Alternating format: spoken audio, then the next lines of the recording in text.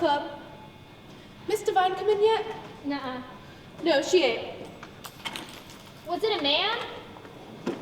Oh no, let's have dinner here and go to a movie. Well, alright. Who's that? Big and little Maddie. What time is it? Dinner ready yet?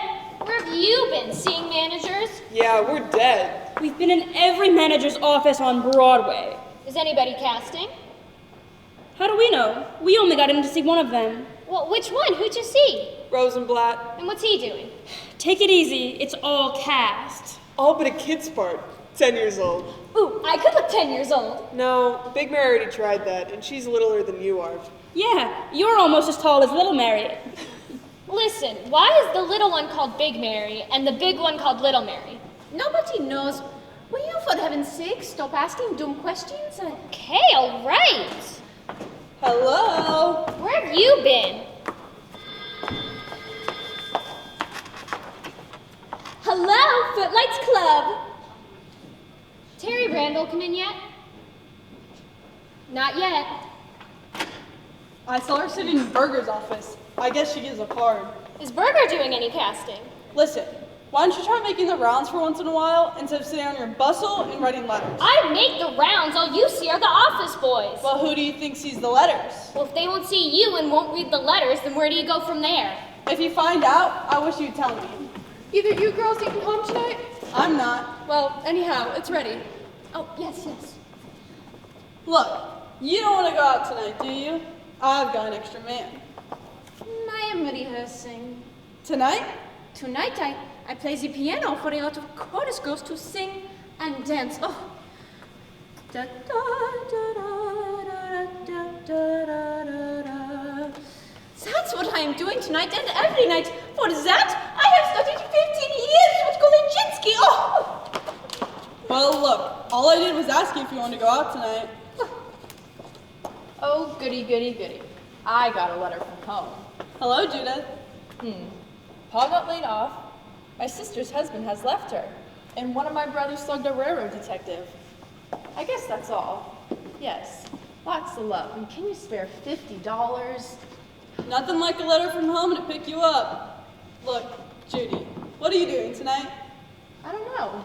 Why? I've got an extra man. You mean dinner?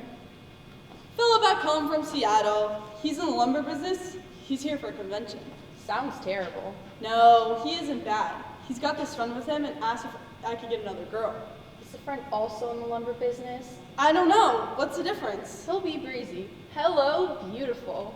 If we don't like it, we can go home early. Well, do we dress? Sure. Okay. I kind of feel like stepping out tonight. Swell. Well, we better get started. It's getting late. I'll be ready. Hello, Anne. Hello. Going to dinner? Got a date. Well, that's all right for you. You're not working. But I can't go out to dinner and run around and still give my best to the theater. After all, you never see Kit Cornell dashing around. Kit Cornell. Yes, I'm sure you're going to be most comfortable here. Both of your roommates are lovely girls. Now, if you'll just... this is Judith Canfield, one of our girls. I'm so sorry, I'm afraid I didn't... Kay Hamilton. Ah, yes. Miss Hamilton is planning on staying with us, and if everything, she'll room with Jude and Terry now that Louise is leaving. That'll be swell. Excuse me. Now, that's our dining room. Dinner is served from 6 to 7 because, of course, the girls have to get to the theater early if they're rehearsing. Now, let me see. You're rooming with Jean and Terry, so that's only $12.50 a week, including the meals. I suppose that'll be all right? Yes, thank you. Now, about the reference. I'll have that all looked up for you in the morning. Morning? Well, can't I just come in tonight? I'm afraid not, you see. No, but you see, I have to come in tonight. I have to. Well, it's a little irregular. However, did you say your bags were nearby? Oh, yes, that is, I can go get them. Well then, I suppose it's alright. Now, we have certain little rules here. As you know, this is a club for stage girls. I assume you're on the stage. Oh, well, yes, I'm not working now, but I hope. Oh, that's quite all right. Now, about callers. Men callers, I mean. There won't be any men. Oh, that's okay. We'd like you to bring your friends here, but not after 11:30, and of course, only in this room. I understand. I tried very hard to make the girls feel like this is a real home. I was one of them myself not too many years back. Helen Romaine, possibly you remember. I'm afraid I don't. That's quite all right. Well, I think that covers everything, and if you wish to get your bags. Maddie, will you come here a minute? Yes, ma'am. Now, each girl is given a door key and is charged a fee of 25 cents in case they're lost. So I assume it's in your best interest not to lose it. Well, goodbye, and I'll expect you in a very short time. Thank you.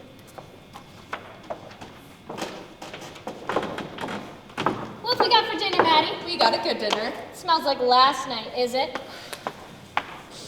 Now, Maddie, there's a new girl coming in as soon as Louise Mitchell leaves. So you'll only have a few minutes to get the room straightened up. Yes, ma'am.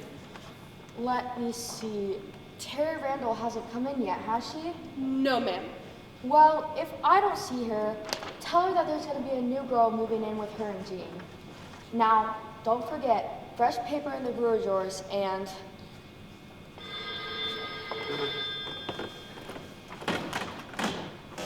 Footlights Club. Yes, she is. The Glow Picture Company. Mr. Kingsley himself? Why, yes. I'll get her right away. Jean! Oh, Jean! Yes? Mr. Kingsley of the Glow Picture Company wants to talk to you. Oh, all right. She'll be right down.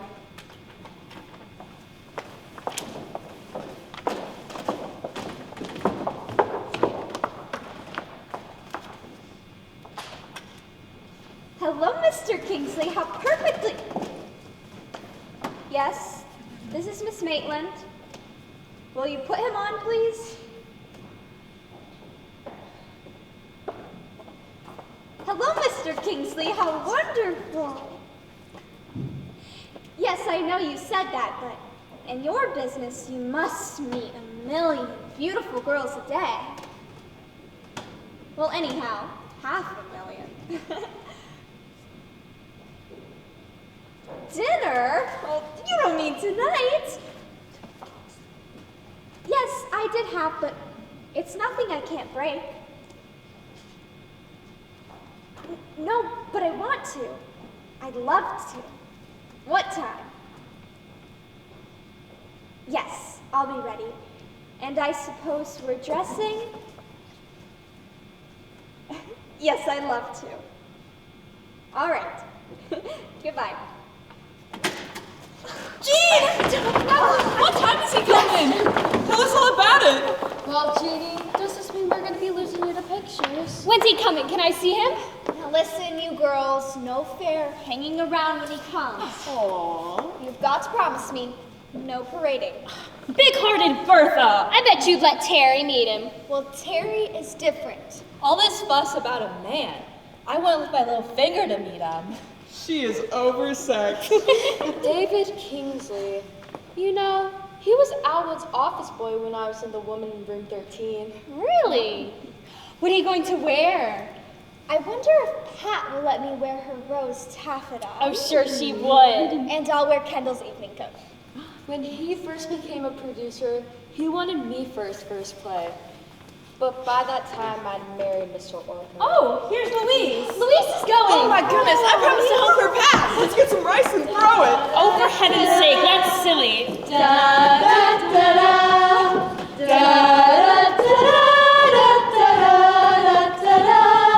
Well, my dear, and so the moment has come. But when you realize how sad we are, you'll realize that parting is a sweet sorrow after all. Well, Mitchell, you're finally getting the hell out of here.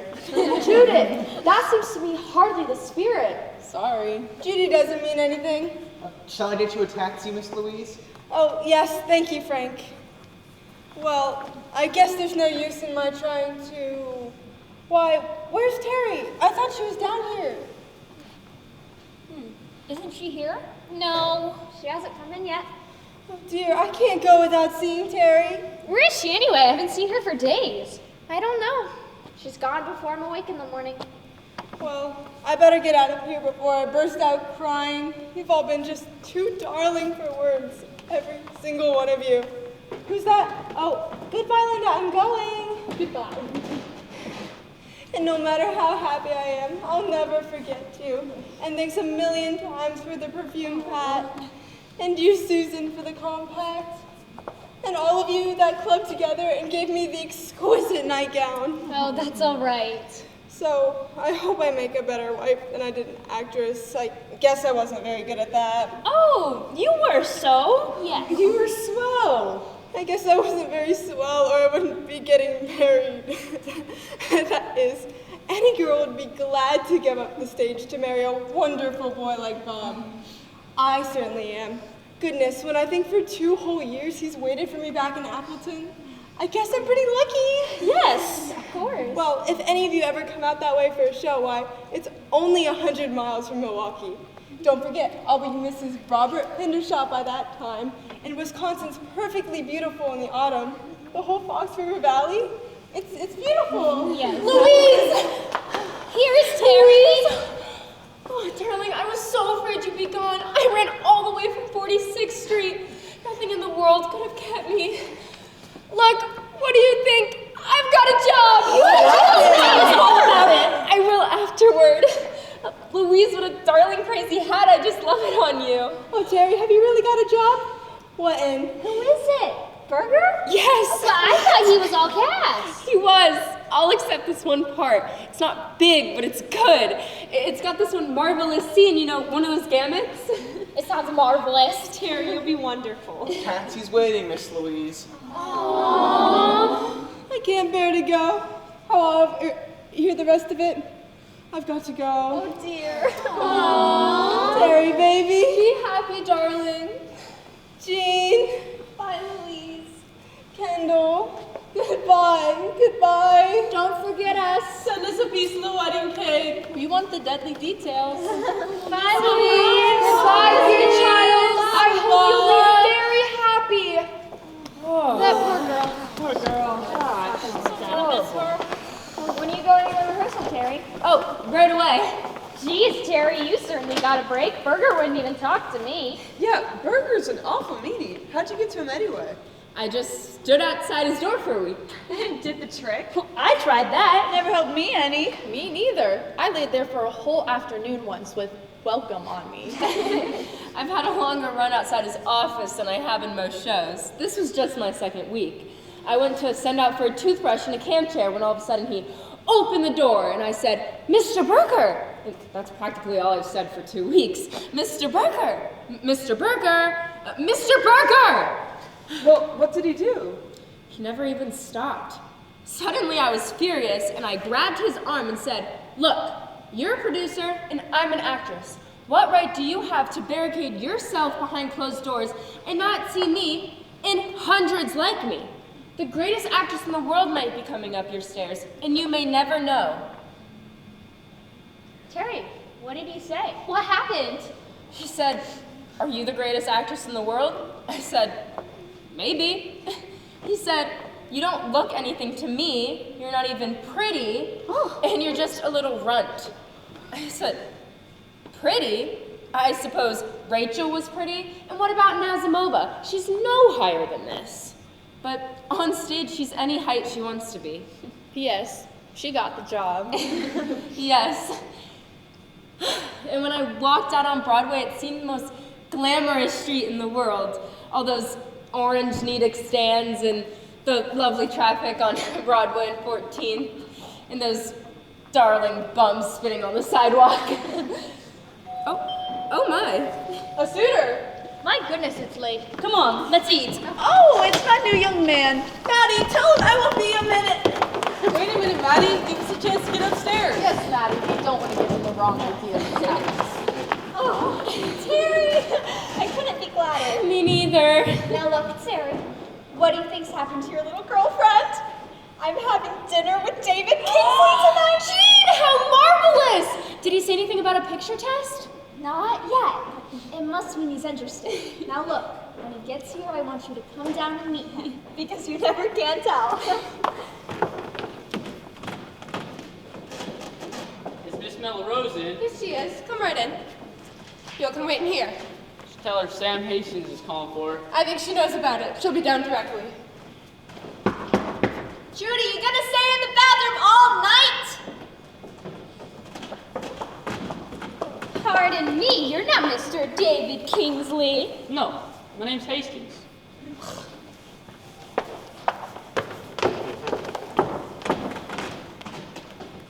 Miss Page in? Yes, she is. Miss Susan! All right, Daddy. How do you do? How do you do? My name's Devereaux. Mine's Hastings. Yes, I recognized you. I saw you in that Keith Burgess play last month. Well, you sure must have looked quick. I like that part. You did a lot with it. Too bad the play flopped. I don't rightly recall you. Have you played anything recently? I played Emperor Jones last month, and I'm casting out for Hamlet. Hamlet? Yes, I'm at the New York School of Acting. This is my last year. Oh, and then what? Then I'm going on the stage. Did you ever try to get a job on stage? Not yet. That's more of a career than acting. I've been in here for 2 whole years. I'm from Texas. Houston Little Theater. We came up and won a contest, and I stayed. I've done 2 weeks work in 2 years. Don't ask me how I live. I don't know. You could go back to Texas, couldn't you? Go back? Oh, no. I'm an actor.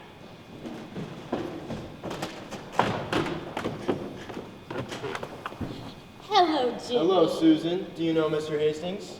How do you do? How do you do? Miss Susan Page. She's up at the school, too. She's gonna do head of Gabbler. Well, you have to start somewhere. Yes, yes. Goodbye. Goodbye. Goodbye. Where do you want to eat? How much money have you got? 65 cents. I've got 30. That's 95. This is the Footlights Club? Yes, won't you just? Patty, somebody at the door! Yes, I'm Miss Susan!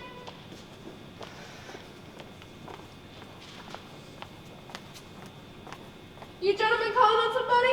Yes, we're calling for Miss Madeline Bucklane and her friend. Miss Madeline! Yes? Couple gentlemen down here say they're calling for you. And somebody. Coming down. She's coming down. What do you say this place was? A home for girls? Yeah, all actresses. A whole bunch of them live here. Kind of a handy place to know about. Yeah.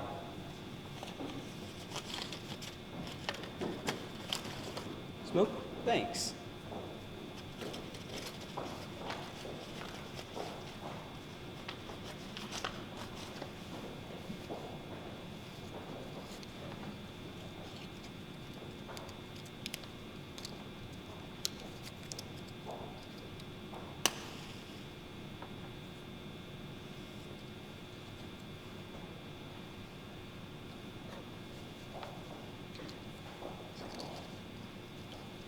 Certainly is a funny place in New York. Now you take a layout like this, you wouldn't see it anywhere else in the world. Bet you wouldn't at that. I always thought actresses lived in hotel rooms or flats. A lot of them do. Well, what about men actors? Where do they live? I don't know. Lamb's Club, I guess. Hello there, Texas. Hello, sugar. I hope I didn't keep you waiting. No, no. One thing about me, I'm always prompt. That was a cute little trick. Yeah. Look, how about this one you got on the fire for me? Is she any good? Sure, sure. You leave it to Madeline. Well, as long as she's good-natured.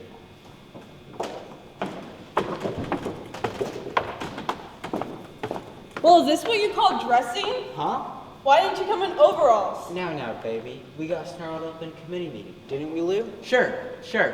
This is Lou Milhauser, girls. Miss Madeline Bucklane and, Miss Canfield. Hello, beautiful. How about it? Shall we step out and go places? Yes, let's. Now, don't be like that. We're gonna have a good time. Sure we are. The works. Come on, boys and girls. Where do you want to eat? I got an idea. How about a little Italian place? Little Italian nuts. I want a decent dinner.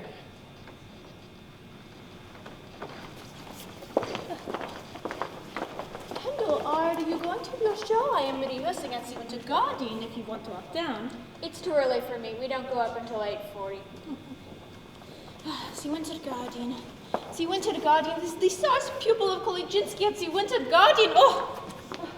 Belly aching? And she's got a job. I mean, look at me. Edwin Booth and I practically retired from the stage at the same time. Oh my, I think I'll take a rest before the show tonight. Matinee days are frightfully tiring. Frightfully tiring.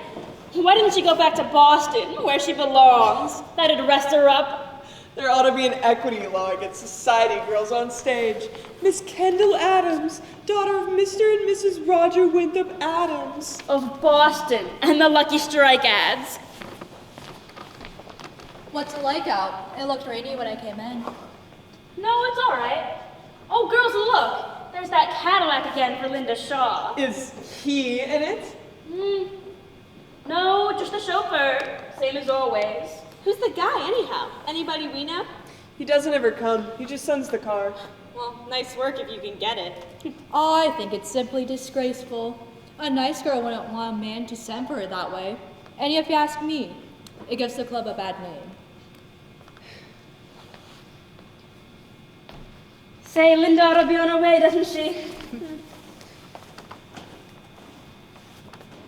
Linda, your car's here. Oh, I guess she left.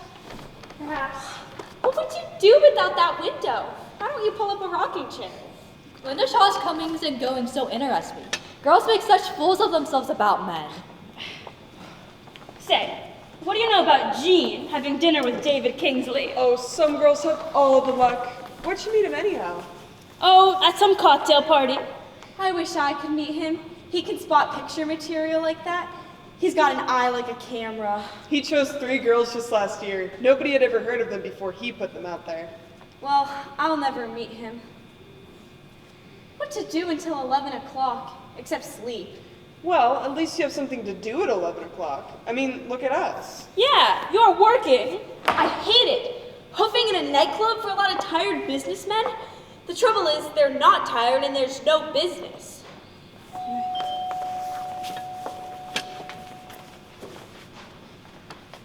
I think it's David Kingsley. It looks like him. Kingsley? Are you sure? Yes, that's him. Look, we better get out of his way, hadn't we? Yes, I guess so.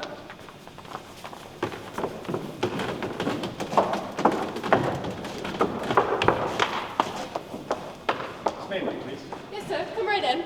Tell her David Kingsley. Well, Mr. Kingsley, if you'll rest yourself, I'll go right up.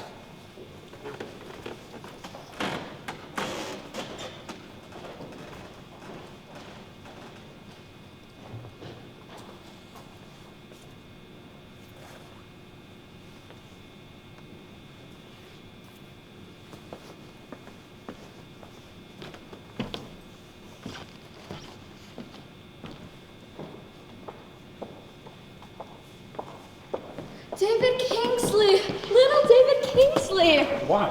How do you do? Surely you remember me. Of course I do. Who am I? Helen Helen. Romaine! Helen Romaine! Helen Romaine. Why, of course. Well, what a charming surprise. Imagine you're remembering me, scrubby little kid in the office. But that little office boy has become one of the most brilliant producers in the theater. All of those plays, I've loved them all. So did I, but something happened to the theater about that time. It was sort of shot out from under us. But you've gone right on, and you've risen to even greater triumphs in the pictures. Yes, even greater triumphs. Well, I must get going now. But it was lovely seeing you, and I hope you'll be coming again. I hope so too.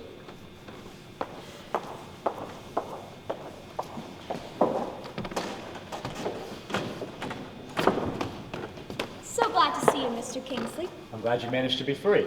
I guess girls generally manage to be free when you invite them.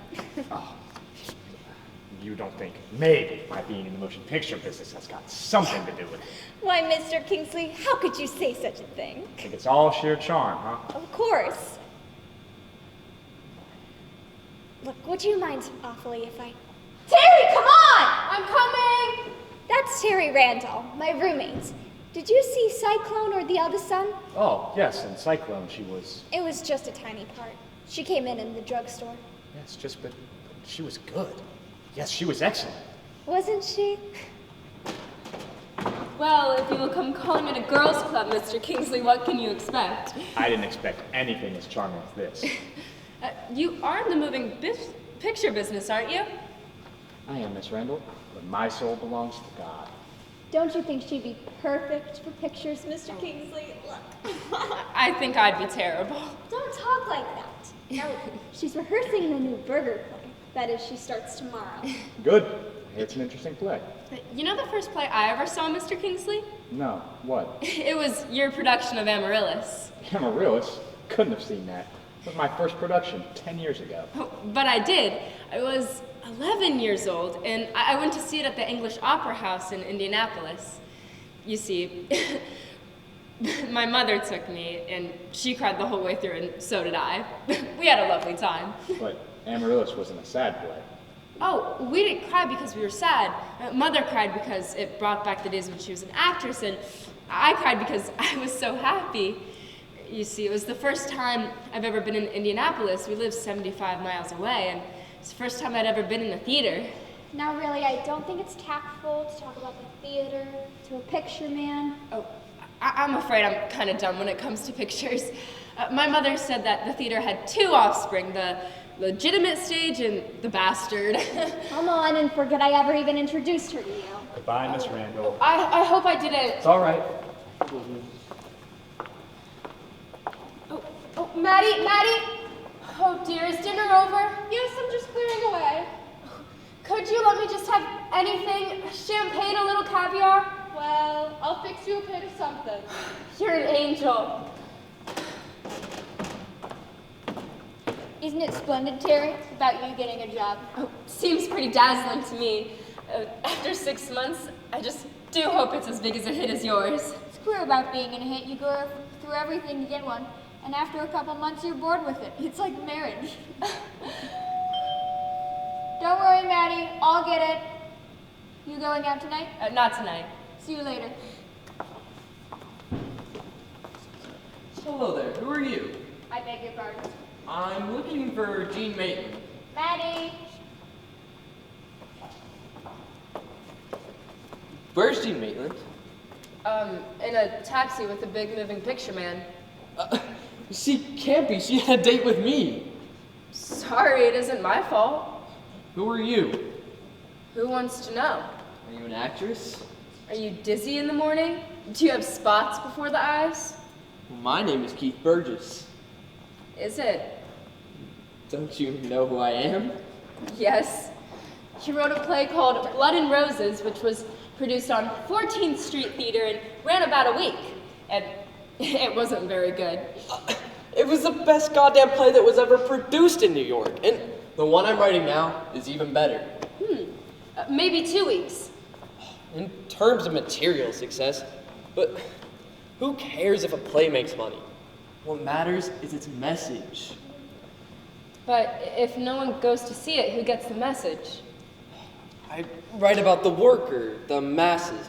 The individual doesn't count in modern society. But aren't the masses made up of the individuals? Don't quibble. I'm so sorry. I ask nothing as an individual. Just my work and my room. No furniture? A table, a bed, my books, my music. I'm Miss Hamilton. Kay Hamilton. Oh, yes, I think Mrs. Orcutt's expecting you.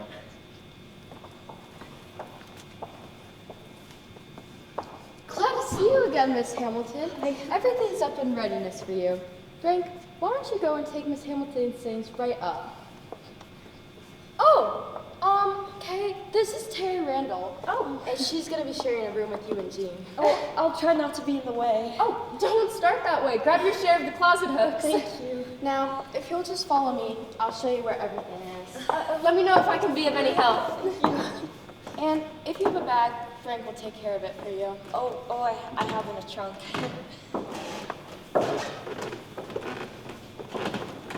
Hey, turn around. You shouldn't wear your hair like that. It hides your face. You notice faces? I thought you were all above that. I notice everything. Your head's too big for the rest of you.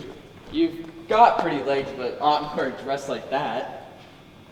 And I suppose you're known as Bo Burgess with the well-dressed man will wear? So you like snappy dress shoes, huh? Monograms and cufflinks? No, I don't meet very many monograms. What do you live in this place for? Do you like it? I love it. We live and breathe theater, and that's what I'm crazy about. Are you? So am I. What do you want to do in the theater? What type of parts do you want to play? Oh, I want to play every part I'm not suited for. Whole old hags of the 80s, Topsy, Lady Macbeth. And what do I get? Ingenues. And very little of it. Well, don't take them. Wait till you get what you want. It's a nice idea, but have you heard of this thing called eating? Oh, well, don't think of it like that. What? I myself, I've lived on bread and cocoa for days at a time. If you believe in something, you've got to be willing to starve. I am willing, but you don't know what it is to be an actress. If you feel something, you can write it, but I can't act unless they let me. I can't just walk up and down my room being an actress. Well, it's just as hard for a writer. Suppose they won't produce his plays. I write about the iron worker, and they want grand dukes. I could write pot boilers, but I don't. Theater shouldn't be a place to make a living in. It should be lightning and thunder and power and truth. And magic and romance. No. There's no place for sentiment in today's world. We've gone past it. I suppose that's why you never hear of Romeo and Juliet. That's a woman's argument. Well, I'm a woman. Why haven't I seen you before? Where have you been all this time? I've been here, in and out of every office on Broadway. Well, so have I. And I'm going to keep on till they give me what I want. And you've got to keep on too. I will. I'm going to. Y'all want your dinner now, Miss Terry? It's ready. Oh, Maddie, I've forgotten all about that. Oh, never mind that, Maddie. How about me and you go to Smitty's and grab a couple of hamburgers? With onions? Sure, with onions. Say, what the hell's your name anyhow?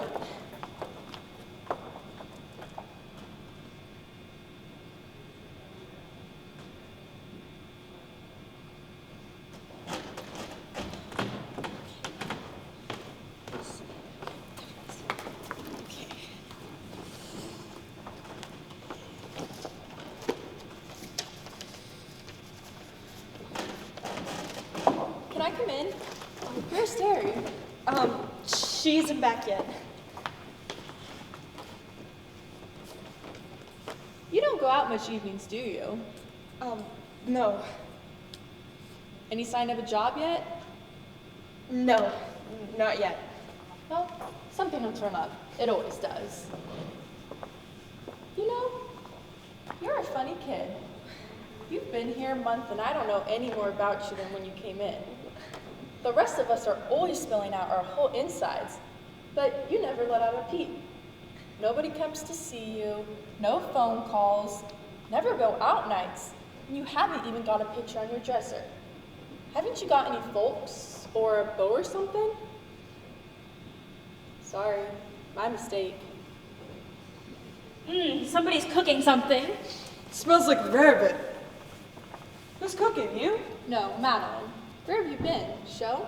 We saw the bread-lined plays and Tunnel of Death. Come on, let's go get some rarebit before it's all gone. Terry's late, isn't she? It's 11:30 and she isn't in the last act. She'll be here in a minute. Have you seen the play? I haven't had time yet. I'm going tomorrow night. I didn't like it very much, but I mean, Terry's awfully good. Just a little part, but you always knew she was on.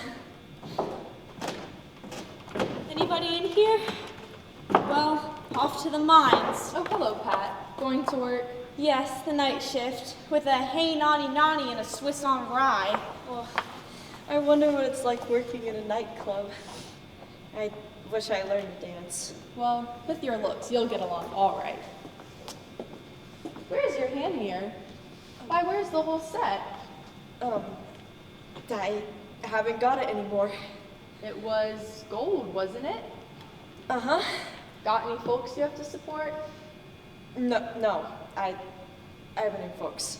Well, if you want some, I'm the girlie that can fix you up. 5 brothers and 4 sisters, and you couldn't scare up $1.80 among the lot. I've got a little sister named Doris, 15 and as innocent as Matahari. She's coming to New York next year to duplicate my success. Well, I think it would be rather nice having a little sister with you.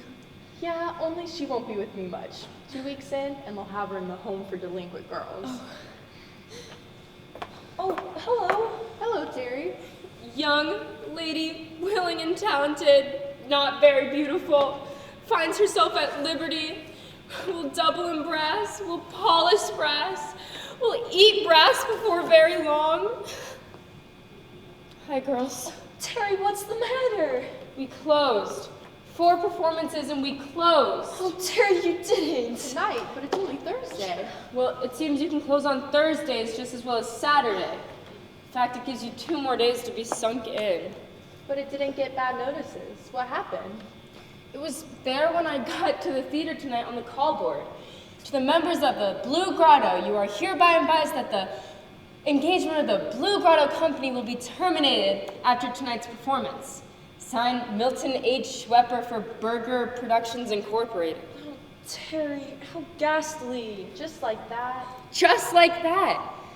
I mean, at the first minute we looked at it and then we went into the dressing room and we talked about it in whispers, kind of like you do at a funeral. And then we put our makeup on it and gave the best damn performance we've ever given. Any other job in the world, if you get canned, you can have a good cry in the washroom and go home. But show business, you take it on the chin and paint up your face and out on the stage as gay as anything. My dear Lady Barbara, what an enchanting place you have here, and what a quaint idea giving us pig knuckles for tea. It was awfully jolly. I wouldn't have minded if Burger or somebody had come back and said, "Look, we're sorry to do this to you, better luck next time." But no one came, not Burger, the author, or the director, nobody. They can all run away at a time like that, but the actors have to stay and face it. Well, you'll get something else, Terry. You got swell notices in this one. Nobody remembers the notices except for the actors that get them. Well, the movie scouts remember. What about your screen test? Yes, how about that? Oh. Have you heard from it? I'm not counting on that. I mean, they may take Jean, she's got that camera face, but they'll never burn up the coast wires over me. Jean can't act. You're 10 times the actress that she is. Who do you know who's an actress and who isn't? You're an actress if you're acting. Oh, without the job and those lines, you're just an ordinary person trying to not look as scared as she feels. What is it about it anyhow? Why do we keep trying? How do I look? Oh, marvelous. What are you? I'm seeing the Theater Guild tomorrow. They're going to revive Madam X. Anyone want chop suey? Terry, Kay?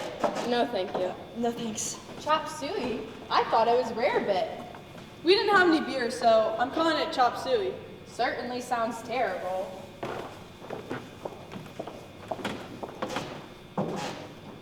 I know how sunk you feel, Terry. It's that horrible letdown after the shock has worn off. The idiotic part of it is I didn't feel so bad after the first minute. I thought, well, Keith will come around after the show and we'll go to Smitty's and sit down and talk. But he never even showed up. Terry, I'm not one to advise you where men are concerned. I haven't been very smart myself. But this isn't the first time he's let you down. Don't get too deep with a guy like Keith Burgess. It'll only make you unhappy. I don't expect him to be like other guys. I wouldn't want him to be. That's what makes him so fun, is he's different. If he forgets an appointment, it's because he's working and doesn't notice. Only I wish he had come tonight. I needed him so. Kate, I'm frightened. For the first time, I'm frightened. It's been 3 years. The first year it didn't matter so much. I was so young. I thought, well, they just don't know, but I'll get a good start and show them. But, I mean, nothing mattered then. Not having enough food, I mean, not quite enough money, and I mean, silk stocking's always a great investment. I didn't mind because I was so sure that a good part was going to come up. But it hasn't. And suppose it doesn't next year? And suppose it never comes? Well, I mean, you can always go home.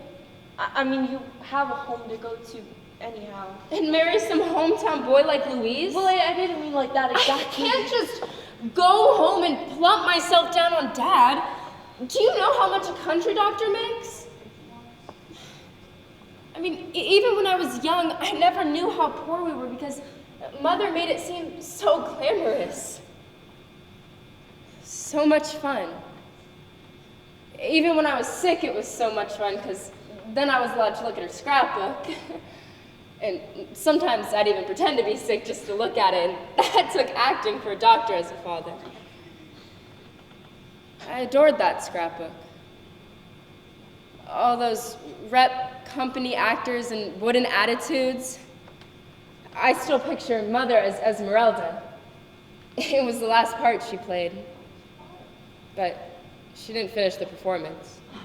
What happened? She fainted, right in the middle of the last act. They rang down and someone said, "Is there a doctor in the house?" And there he was, and he married her. Well, Terry, how romantic. Only first she was sick for weeks and weeks. I mean, the company had to leave her behind. I mean, they thought she'd catch up in no time, but she didn't. Well, didn't she ever miss it? I mean, afterward. I know now that she missed it every minute of her life. I think if Dad hadn't been such a gentle darling and so dependent on her that she might have left and taken me with her. I would have been one of those kids brought up in dressing rooms, sleeping in trunk trays, getting her vocabulary from stagehands. That would have been thrilling. But she didn't. She spent her whole life in that little town. She was stage struck to the end. There wasn't any doubt in her mind that I was going to become an actress. It was almost like a spiritual thing, like being dedicated to the church. Oh, well, I never thought of the theater that way. I mean, I always used it as an excuse, because I was desperate, and I'm using it again because I'm desperate. Oh, I didn't mean to be blue. I didn't mean to make you gloomy. We're fine. We're elegant. They still have to pay me a 2-week salary for this flop. That's $80. We're fixed for 2 weeks. We'll get along. Terry, I can't take any more money from you. I mean, you paid my $12.50 last week. Oh, don't be that way. I just happen to be working. I'll never get a job. I mean, I'm not a very good actress. Oh, now. And you know, there's nothing else that I can do. And nobody I can go back to. Except for somebody I would never go back to. It's your husband, isn't it? I ran away from him twice before.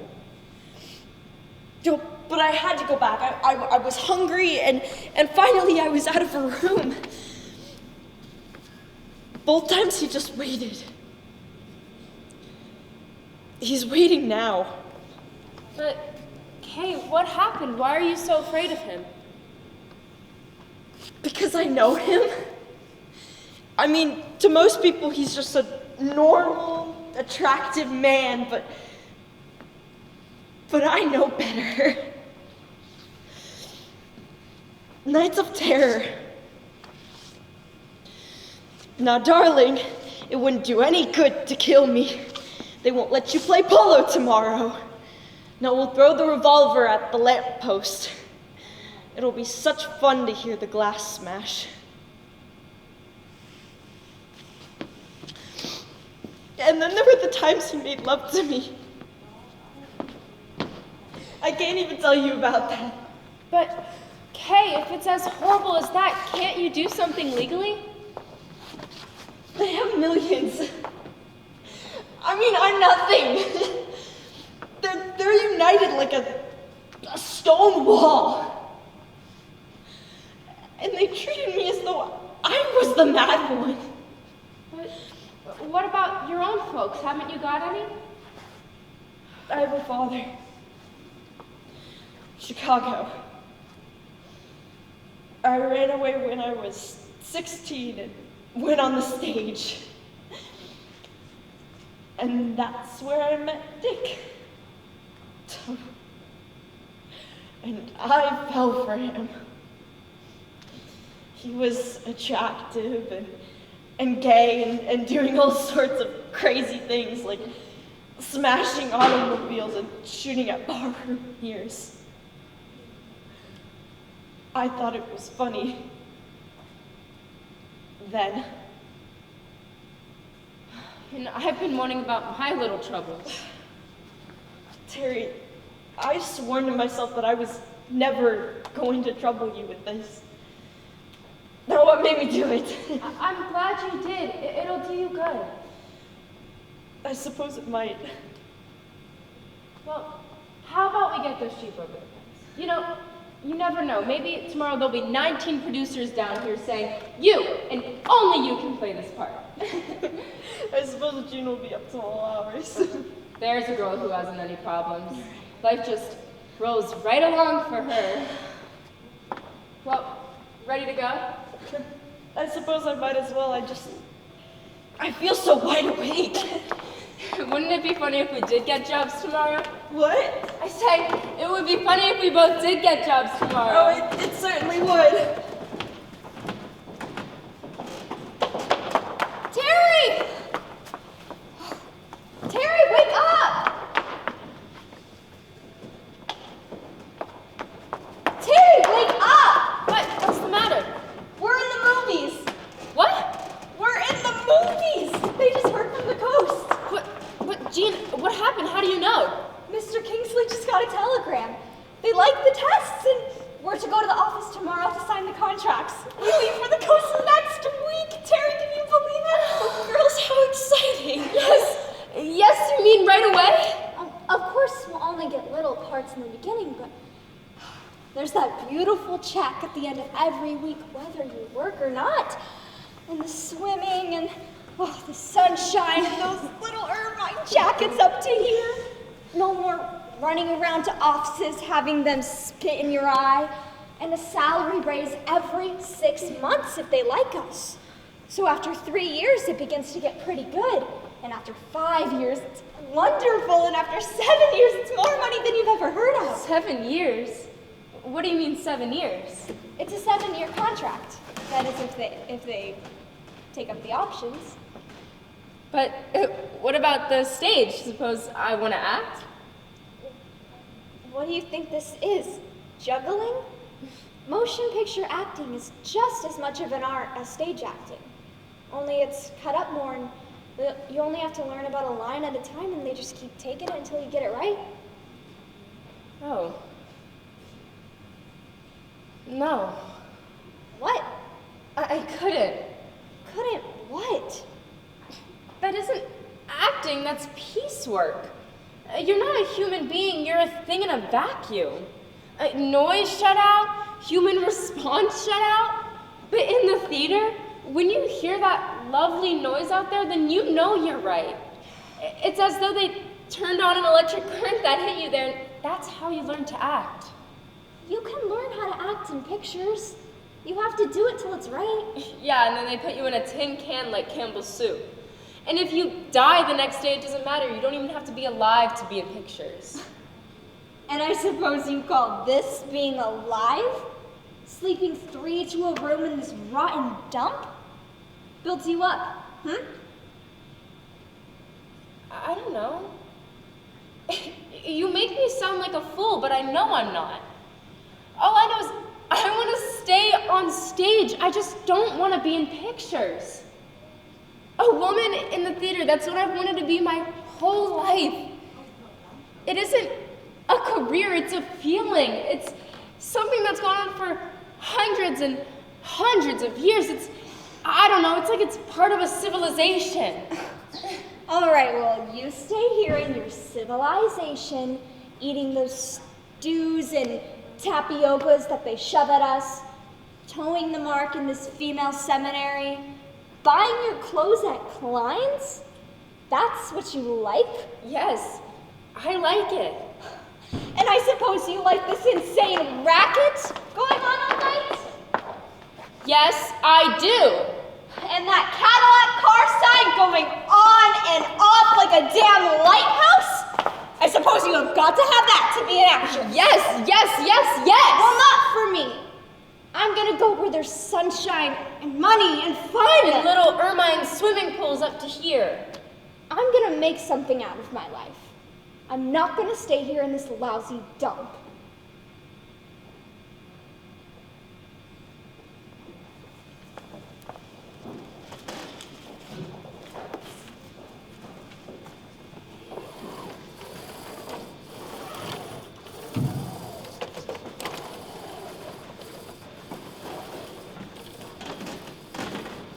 Good morning, Frank.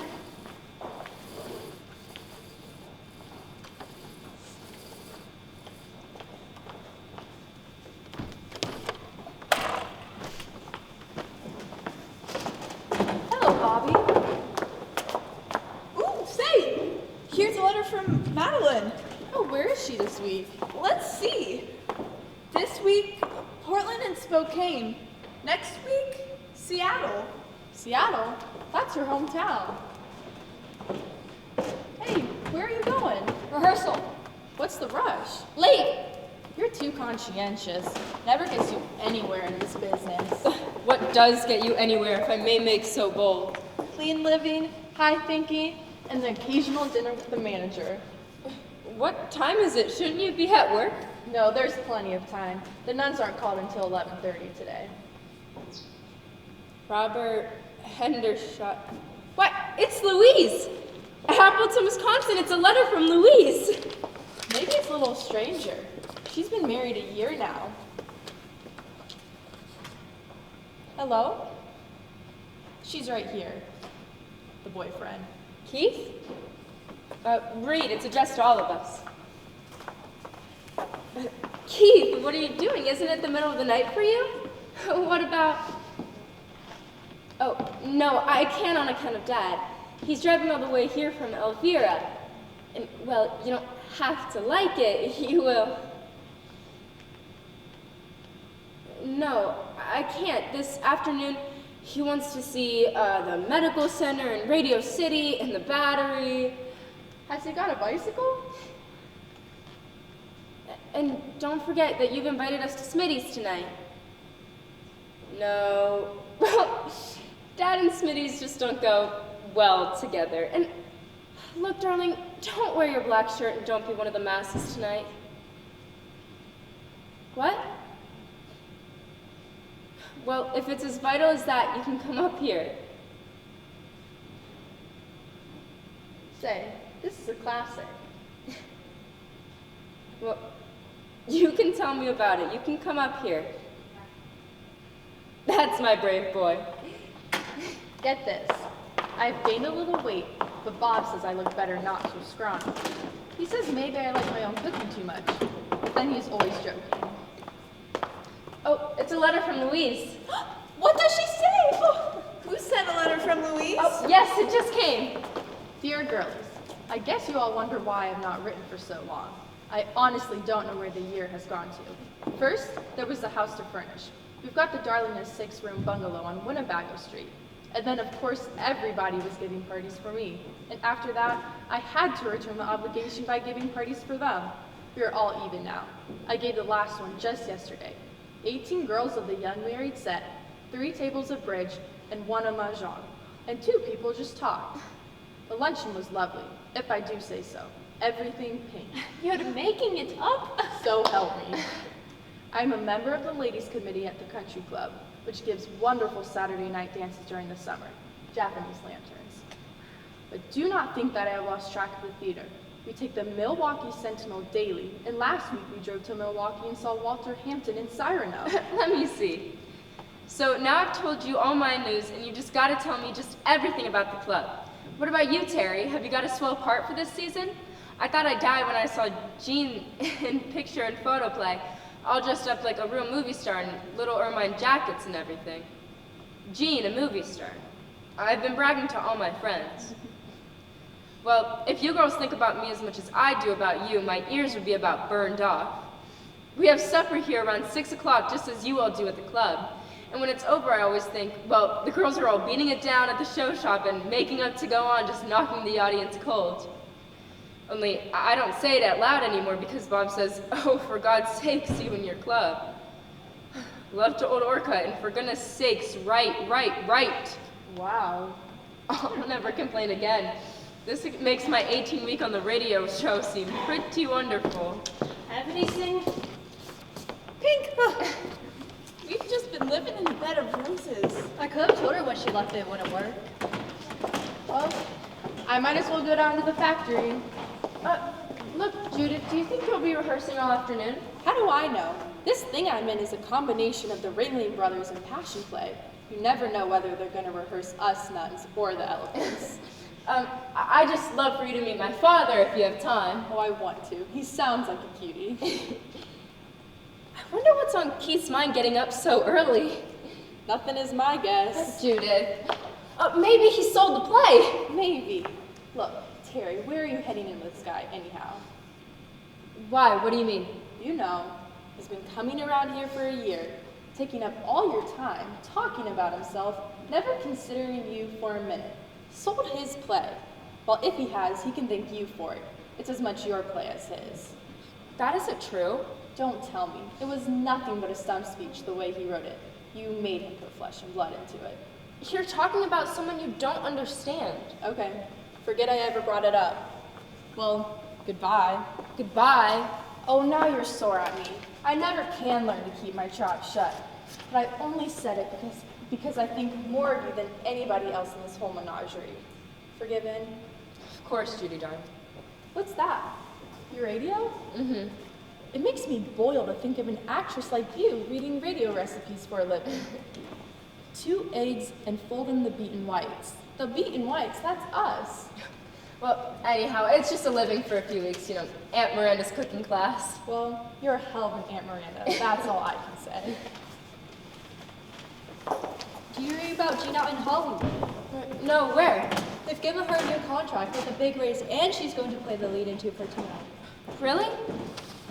How marvelous. It's all a matter of cheekbones. You've got to have a face like this.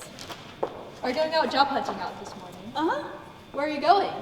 I thought I'd go around to Equity and see what's up on the bulletin boards. Maybe they've got something new cast in. I'm going to try out a couple of agencies this morning. Sometimes they know about new things. What kind of lipstick's that? It's a new one. It's called Never Tell. Let me see. Too orangey for me. I like hibiscus. Good and red as if you've been kicked in the mouth by a mule.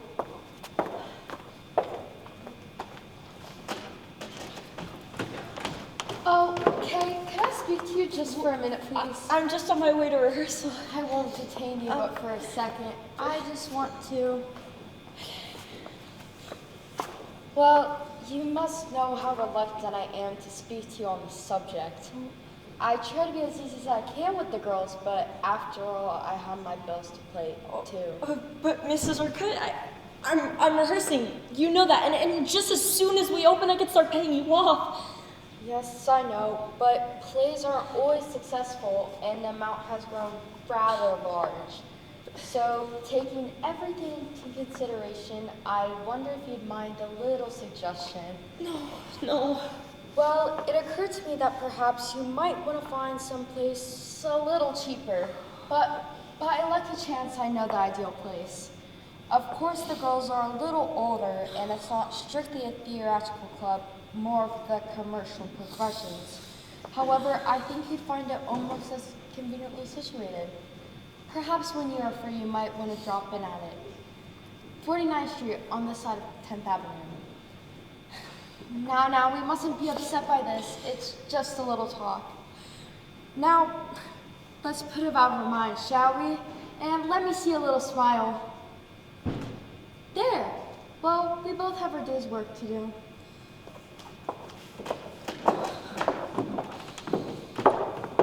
Hiya, baby. What are you doing going without your breakfast? I don't want any breakfast, I'm not hungry. You're just an old fool rehearsing on an empty stomach. 3 weeks now since he first came here. What do we know about him? Anyhow. Is there an anyhow? Yes. What do we know about him anyhow? I tell you, there is something mysterious going on in this house. Well, that's all. Give me the cue. Oh, for heaven's sake, we must call the police. Oh, yeah, we must call the police. Now, let's go back and do it right. I tell you, there is something mysterious going on in this house. We must call the police. Good morning. How do? This is the Footlights Club, isn't it? Yes, it is. Won't you come in? Oh, thank you. I'm Mrs. Shaw, Linda's mother. I've come down to surprise her. She doesn't know I'm coming. Oh, you're Miss Linda's mother, for land's sakes. Yes, she doesn't know I'm here. I just got off the train. We live in Buffalo. I'm here to surprise her. I actually haven't seen Miss Linda around today yet. I'm not sure if she's come in. Well, you just tell her that there's somebody very important to see her. Only don't tell her that it's her mother. Yes, ma'am.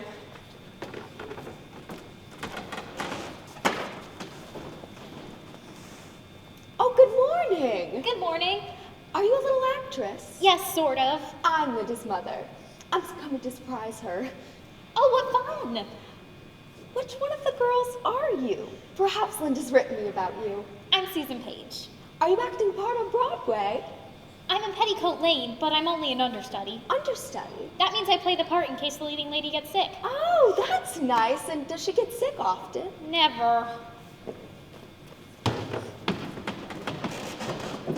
I'm terribly sorry. I must have made a mistake. Miss Linda must have gone out already. Oh dear, does anybody know where she went? I can see if Miss Orcutt knows, or just... Oh, there she is. Miss Linda, who's here? Dear, I was going to surprise you. Oh, Mother. Well, aren't you going to come down here? How wonderful. When did you... Why, Linda, child, aren't you glad to see me? Of course I am, Mother. Well, all the funny get-ups. Yes, isn't it silly? Maddie, I'm sure you have your work to do. Why don't you run along? Yes, Miss Linda. Where did you get that coat? I've never seen that coat before. It belongs to one of the girls. I had to run down to the drugstore. Why, you've got on evening slippers. I just put on the first thing I could find. Linda Shaw, you ran out in your pajamas. Yes, I have, yes. What are you wearing under that coat? Take off that coat. Take off that. Linda! Mother, don't make a scene. Oh, Linda! I spent the night with a girlfriend. Linda Shaw, go upstairs and pack your things. You're coming home with me. Oh, no, I'm not. Linda Shaw! We can't talk here, Mother, and there's no use in us talking anyhow. I'm never coming home. I'm 22 years old and my life is my own. Who is this man? Are you going to marry him? He is married. I'm going to send to your father. He'll know what to do about this. Mother, if you make a fuss, I'll have to leave the club. That girl knows already, and if I leave here, I'll go live with him. Then the whole world will know. Now, take your choice. I'm Miss Orcutt, Miss Shaw. My maid just told me you're here. Oh, how do you do, Miss Orcutt? I understand you arrived unexpectedly. Oh, yes. I just came down to do a little bit of shopping and surprise my little girl here. We practically came in together. She spent the night at my niece and her husband's, 86th Street. They had a rather late party, and Linda just decided to... I don't see how these young people stand it these days. Doesn't she look silly? Linda, darling, do go run up and change. Why don't we meet for lunch at the hotel? Can you do that? Yes, Mother. I'm at the Roosevelt, darling. Oh, shall we say 1 o'clock? Of course, Mother. Oh, well, I must run along. I'll only get you here for like a day or two, and, well, goodbye. Goodbye. It's been so nice. I'm always very happy to meet the parents of our girls, and I hope whenever you're in town again, you won't fail to drop in on us. Well, goodbye.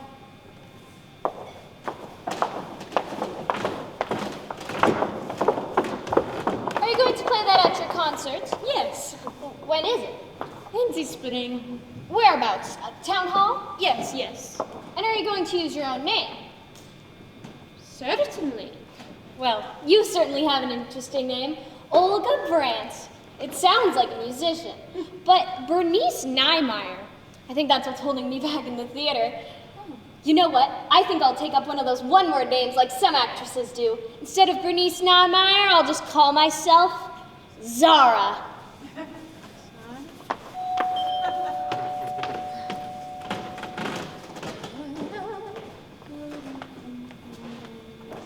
Good morning, sir. Good morning.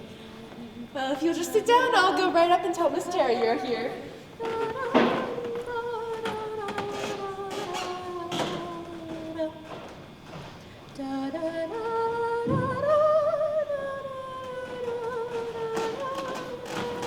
I tell you, there is something mysterious going on in this house. We must call the police. Last night, I heard moans and shrieks, and this morning a dead man was found on the doorstep, his head completely severed.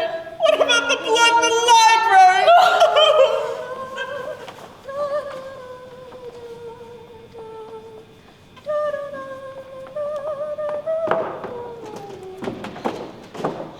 Dad! Terry! Dad, I couldn't be more surprised. Glad to see me. Glad? It's been almost a year. Too long, my dear. Too long to be separated. Let me look at you. Bursting with health talk. What kind of piqued me? Eating up greens. Greens? I'm a regular Miss Popeye. Now, let me look at you. Say, ooh. Say you love me. Now, come on, tell me everything. How's Aunt Lucy? Is she taking good care of you? Say, you know Lucy. You'd think I was 10 years old. I know. Where are your rubbers and have you got a clean handkerchief? Didn't she fuss about your driving all this way? Carried on like mad. Well, you said afternoon. How'd you get here so early? Well, when Stacy asked me to come east with him, I didn't know what kind of driver he was. Turns out, he's the type of fellow that slows down to 80 going through a small town. I dozed off a couple minutes once and missed all of Pennsylvania. He shouldn't have done it, but it does give me more time with you. Now maybe you've got things to do. You weren't expecting me until 3 or 4. Oh, I just got a silly radio rehearsal. You know, I'm the big butter and egg girl.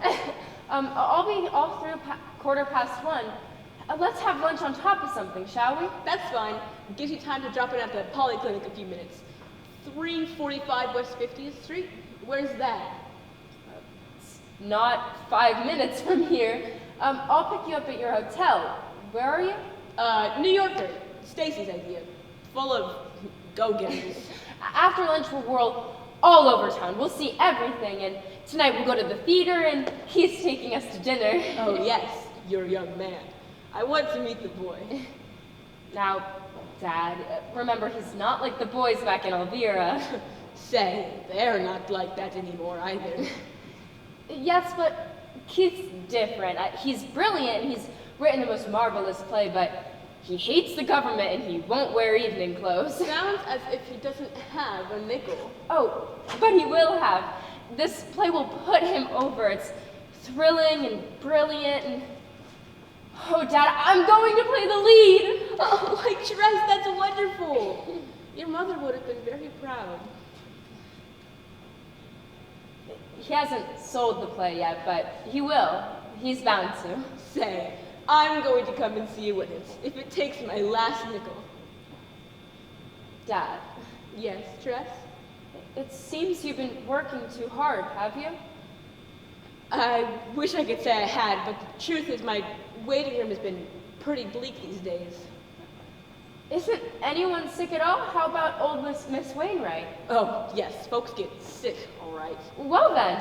Well, it seems just being a medical man isn't enough anymore these days. If you had a cold, we used to just cure the cold, but nowadays the question is, why did you get the cold?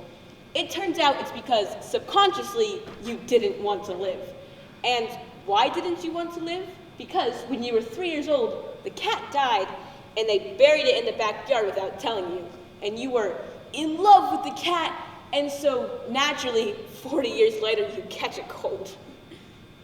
But who tells them all this? Why, a young fellow came to town a few months ago and opened up offices. Oh. Sun lamps, x-ray machines, office fixed up like a power plant. He's the one looking after Mrs. Wainwright. She's bedridden with sciatica, arthritis, and a heart condition, but fortunately, it's all psychic. Well, Dad, it sounds like he's taken your whole practice away from you. Not as bad as that. The factory folks still come to me. They haven't any money. They still have babies. Never you mind. I'm going to buy you the biggest, shiniest sun lamp machine ever invented, and fluoroscopes and microscopes and telescopes and stethoscopes, and you'll be able to turn a button and see right through Miss Wainwright 6 blocks away. And what about that new doctor? Will it go through him? It'll dissolve him. Terry! Oh, Keith. Oh, the door was open. I came right in. Here's Father. He got here this morning. Oh, this is indeed a pleasure, sir. Thank you, young man. It's good to know you. Terry has told me so much about you. May I offer you a cigarette, sir? Thank you. Keith, what are you up to? You never told me, Teresa, that you and your father had such a strong resemblance. The same fine brow, deep-set, thoughtful eyes. Oh, allow me, sir.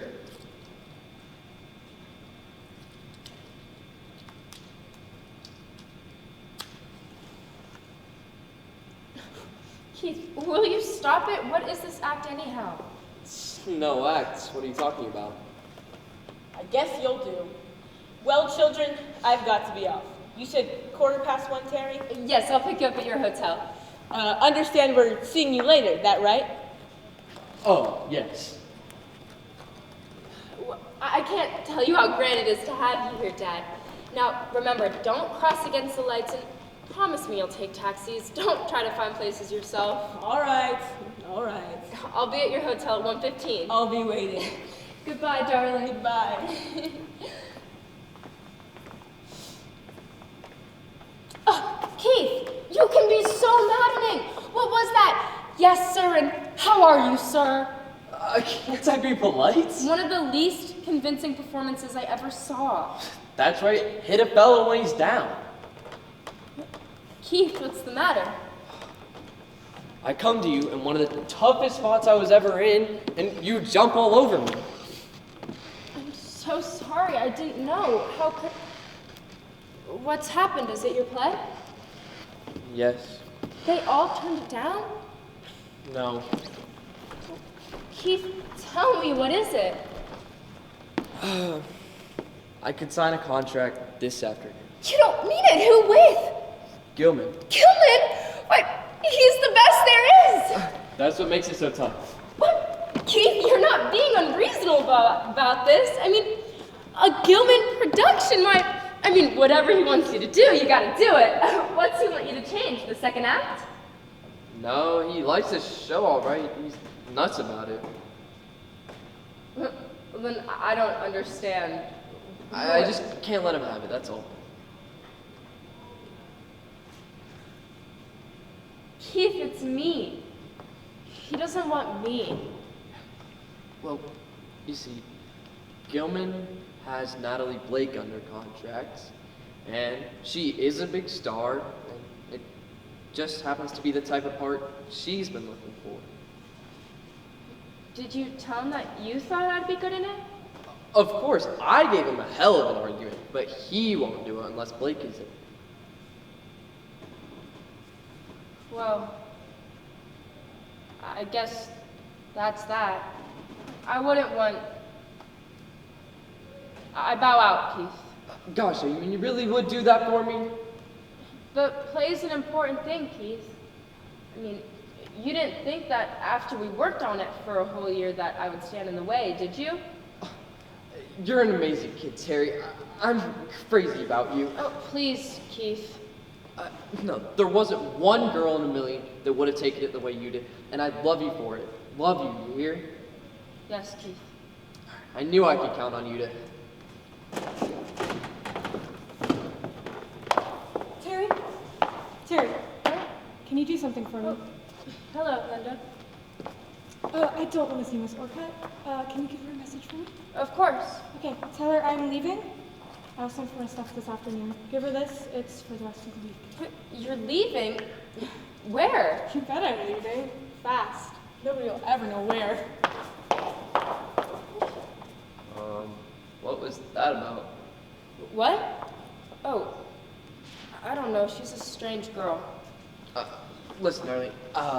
Gilman's waiting for me at the office, and he's lining up a hell of a cast. I'm meeting Blake this evening. I'm having dinner with her and Gilman. Tonight? Keith, you're having dinner with Father and me. But for God's sakes, Terry, I get an opportunity like this with a top manager and a big star, and you expect me to say, I can't meet. I have dinner with my girl and her father. I suppose that's what you want me to say.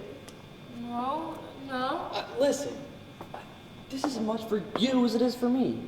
You know that, don't you? Yes. Okay, now look, darling. Okay, what are you doing back? They let me out. Okay. There was another girl rehearsing when I got there. I'm fired. They can't do that. How long had you been rehearsing? I still could. This was only the 7th day.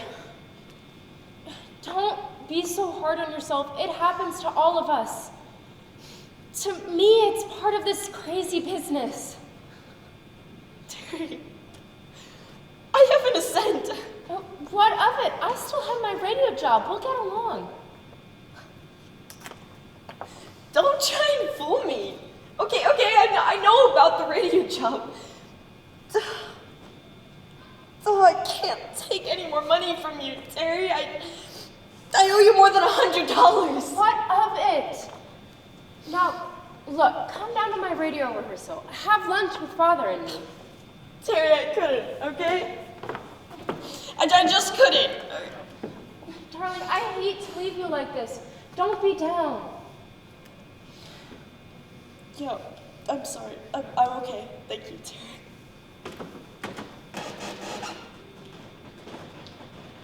This meant everything to her.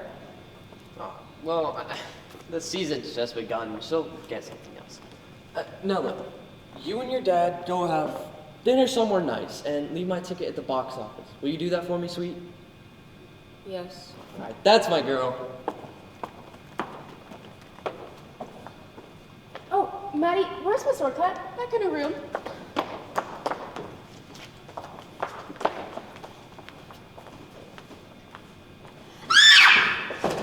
What is it? Up in the hall!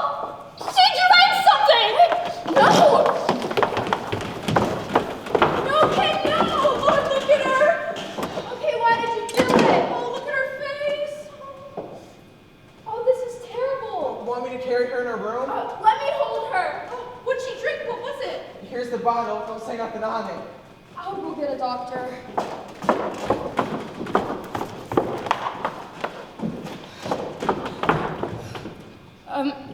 It's no use. It'll be all in the papers. I never should have let her stay here. I felt it from the start. There was something different about her. But you can't say that. It could have been any one of us. She was just an actress without a job. It could have been any one of us.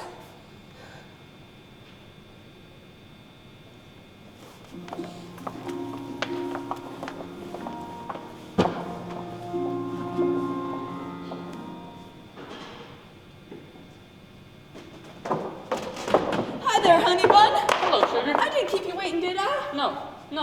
Just look at your tie.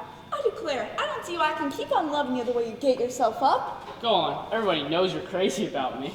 I sure enough am. I just can't sleep or eat. Honest, honey? Mm-hmm. Where are we gonna have dinner? Well, what do you want to do all evening? I mean, I'm sick of going to the movies, and you don't want to sit around here. I tell you what, let's go see Keith Burgess's new play. Keith Burgess? The paper says seats 8 weeks in advance and about 50 standees per night. Well, then 2 more won't matter. That's all we want to do. Stand up. Well, I don't suppose we ought to ask. Good Lord. You don't want to pay, do you? Pay for theater? You must be out of your mind. Well, some people must pay. Did you put a new electric bulb up in Miss Kendall's room? I will. Oh, and give Miss Terry that telephone message from Mr. Kingsley. Land sakes, I forgot. Well, you better give it to her. He's important. You can close up the dining room. Everybody's been in that's going to eat. Well, I declare. Hello, Judith.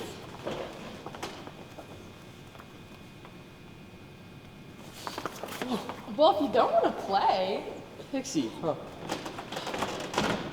Miss Terry will be right down. We're more fun in the other costume. Better watch your figure eating those bananas. Starches and show business don't go together. They do in my show. I got nothing to compete with but elephants.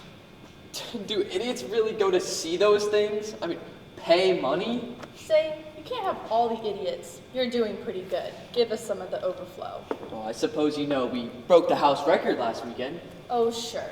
I stayed up all Saturday night to get the returns. Wisecracker. So sorry, Mr. Bridges. At last minute, I had to run in my stocking. I had to. Well, I'll leave you two young people together. Oh, Keith, did you remember the glass slipper? What's the idea, Terry? I told you on the phone that we were dressing. I thought you were joking. You said, well, dress, of course, and I said, of course.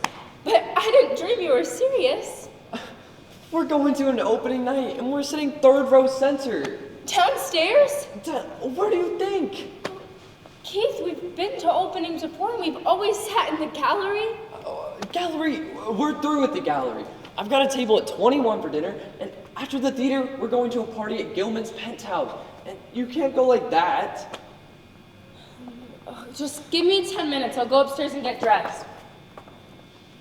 Oh, dear. What's the matter? I loaned my evening dress to Susan.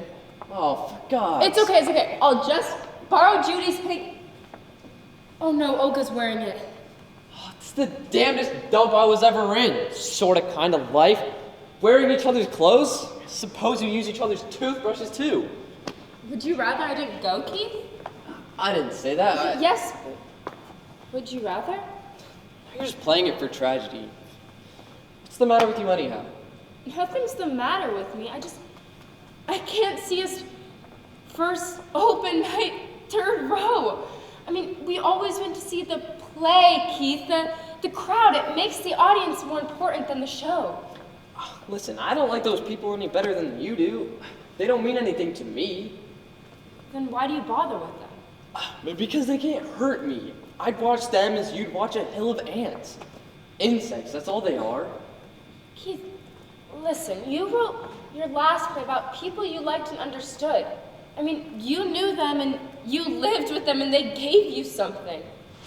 You'll starve to death in 3rd row center. I'm no fool. I'm going back to them. They're keeping my room for me just as it was. Keeping it? How do you mean? I don't want to talk about it. Come on, let's... Wait. Oh, I've got to know. Do you mean you've moved without even telling me? I was gonna break it to you later. I knew you'd jump all over me, but as long as you've gone this far, I'm going to Hollywood. Hollywood? Yes, to write for pictures. No, Keith. Stop. You're gonna turn into one of those nagging... Hello. Oh, are you? Goodbye. Come on, let's get out of here. Keith, you can't go to Hollywood. I won't let you. said you never go no matter how poor you were, and now your play's a big hit and you're going? Why? Why? Well, they didn't want it before it was a big hit. Keith, listen. No, all that stuff you're gonna say about how it's shriveling up my soul, Hollywood's not going to use me. I'm going to use it. I'm staying at $2,000 a week for a year. That's $100,000. And in the daytime, I'll write their garbage, but at nighttime, I'll write my own plays. But will you? That's what I'm afraid of, will you? You bet I will. And in the meantime, I'll keep fit with sunshine and swimming pools and little ermine jackets up to here. Huh? Doesn't matter. Trust me, they'll never catch me at their brown derbies or trocaderos. When are you going, Keith? I don't know, next week? Well, goodbye. Terry, what? Goodbye. And good luck. It's been swell. Terry! Terry!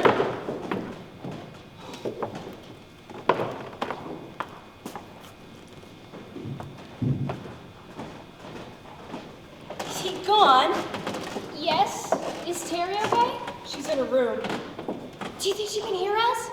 Oh, she might. Wasn't it terrible? I thought I died. Poor Terry. I never did like him. Me neither. Look, we better go back upstairs before she gets suspicious. Yes, be very quiet. Shall we ask her if we can do anything? No.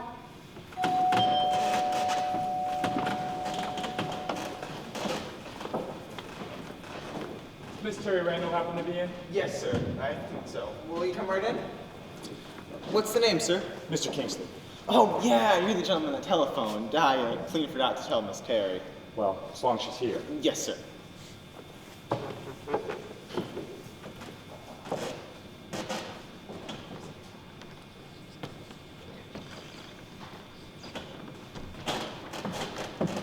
I told her he was here. Thank you. And I told her about the phone call, too. Hi, Mr. Kingsley, how dramatic. You're just in the nick of time. I'm glad of that. What's happened? Oh, sort of an emotional crisis. I dashed upstairs to have a good cry and buried my head in the pillow. And guess what happened? What? No tears would come. In fact, I felt sort of relieved, like, had I just gotten over a fever? How disappointing. Like not being able to sneeze. I'll manage it later tonight. So shoulder would be of any help?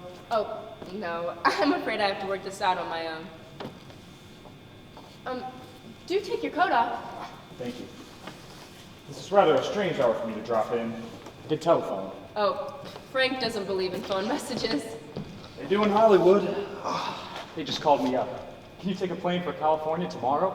Me? Mm-hmm. What for? They didn't say what the part was. Sort of a character comedy, I believe. Of course, they put the film in production first and then started looking for a cast. The Alice in Wonderland method. At any rate, they wanted a new face to this particular part. They went through all the screen tests they had on file and finally came to that one of yours. So there you are. And, oh yes, they'd like to know in 20 minutes. Of course, it's only 4:30 on the coast. You're joking. No, all important things are decided in 20 minutes out there. The more trivial ones take years. Shall I phone them you'll be there? I don't know. You don't mean to say you're hesitating? Well, it's just so wonderful. I mean, how can I? Dear child, may I tell you something? I've been watching you for several seasons now. You've been in the theater, what is it, 2, 3? 3. 3 years. You've appeared in perhaps half a dozen plays. I wouldn't call any of them exactly hits, would you? And 1 or 2 of them closed before the week was over. You've been doing a lot of detective work. No, I didn't need to. I know all about you. You do? That's a little frightening. It's part of my business, watching the good ones.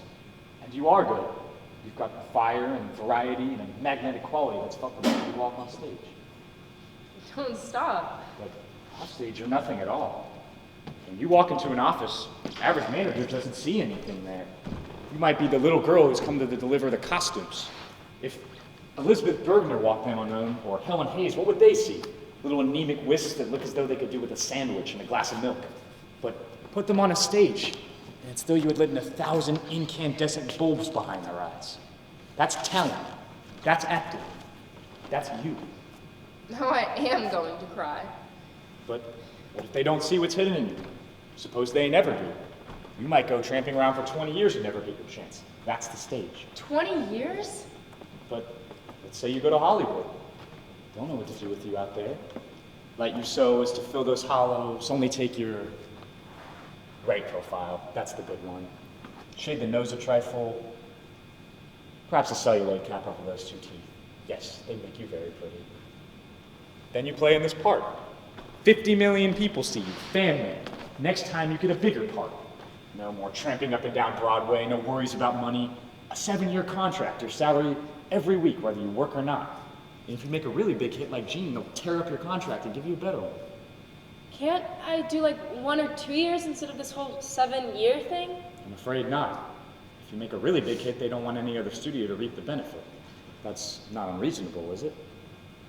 No, I suppose not. Oh dear, everything you say is just sound and true, but you see, Mr. Kingsley, the thing about me is I'm stage struck. I mean, the theater beats me and starves me and forsakes me, but I love it. I mean, I guess that's the kind of woman I am, you know, rather live in a garret with her true love than in a palace with old money bags. But it looks as though your true love had kicked you out of the garret. If there was just somebody. What about you, Mr. Kingsley? Won't you help me? Won't you tell me what to do? Me? Please? But I work for the picture company. But if you didn't? I think you ought to tell them to go to hell. What? Go out there and let them do all those things to you. That lovely little face, and for what? So that a few years from now they can throw you out onto the ash heap? The theater may be slow and heartbreaking, but if you build solidly, you've got something at the end of 7 years, and 17, and 27. Look at Catherine Cornell, and Lynn Fontanne, and Alfred Lunt. They tramped the stage in their day. They've worked like horses, and trooped the country, and stuck to it. And now they've got something that nothing in the world can take from them. And what's John Barrymore got? A yacht? You're wonderful. Are you going to Hollywood? No! Will you go to dinner? Yes. That's really all I came to ask you. Just give me a minute, I'll go get my hat.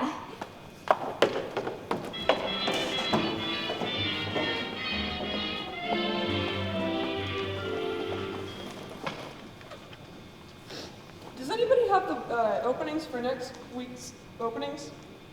Anybody got a role they don't want? Here, toss. Autumn millinery modes. Oh, the hats they're gonna be wearing. Let me see. Paris says hats will be worn off the head this winter. Where? That's what it says. Hats will be worn off the head this winter. Well, where are they gonna put them? Say, did you know that in ancient Egypt, 5,000 years ago, they used to dye their hair just like we do? Who's we? For heaven's sake, can you get that banana peel out of my face? 2-piece ski Pirelli suits, $5.98. Can't tell the model from the company. The hell you can't. Oh, they're postponing that one Lord Byron play. They can't find a leading man. What are they looking for? He's got to be young and handsome. There are no handsome men on stage anymore. There's a shortage off stage, too. Looks don't count anymore. It's good old sex appeal. Would you rather go out with a handsome man without sex appeal or a homely man with it? I'd go out with the handsome one. Sure, and staying with the other. I think you girls are simply disgusting. Men, men, men! It's degrading just to listen to you. Isn't it though? Say, Terry. Where's Terry? She's still asleep. It's the only chance she gets, Sundays. Well, I see that old beau of hers is coming back. Who's that? Keith Burgess. He used to hang around here all the time. Really? What's he like? He's one of those fellows that started out on a soapbox and ended up in a swimming pool. Terry's crazy about him, all right. Yeah, if you ask me, I think she still is. What makes you think so? Someone just mentioned his name the other day, and you ought to have seen the look on her face. She's forgotten he ever lived, that left-wing Romeo. Well, I should think so with David Kingsley in the mix. Now I call him attractive. Oh, Kingsley isn't her type. Anyway, he's just interested in her career. If it's just her career he's interested, they eat an awful lot of dinners together. Well, if it's art he's got on his mind, then why doesn't he just offer her a job? I mean, standing behind a sales counter isn't much of a career. Yes, I think it's perfectly awful the way Terry has to get up at 7:30 every morning. That miserable job of hers. It's no worse than what I've got ahead of me. Well, anyway, you'll be acting. Acting? A #3 company of A Horse on You playing up and down the West Coast? God, I came to New York to get away from Seattle and they keep shipping me right back there. You'll be earning some money. Look at Sam and me. We can't make enough to get married.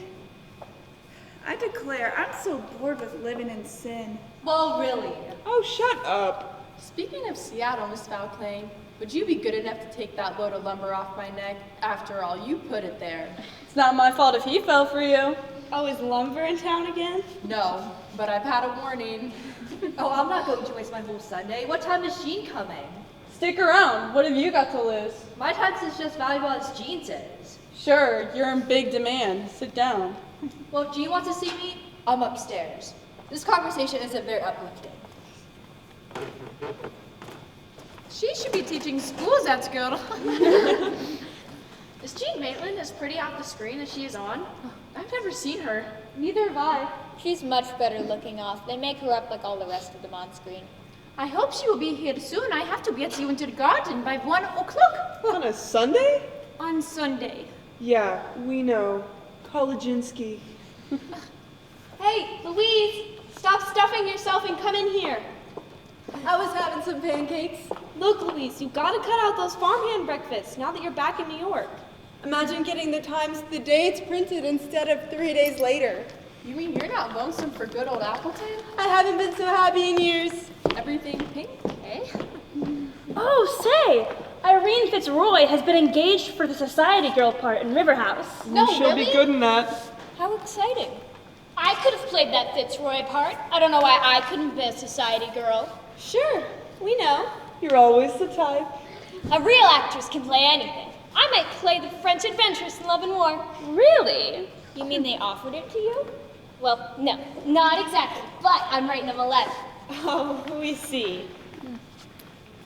Letters. You and your letters. You girls know that Miss Orcutt doesn't allow you to go sitting around in your pajamas all day. Don't give it another thought, Maddie. We'll take them right off. Besides, look at this here room. Newspapers and toast and banana peels. I'd be thinking you'd be getting all slicked up, seeing as Miss Jean Maitland's coming along, big moving picture star. Are you still writing that letter about yourself?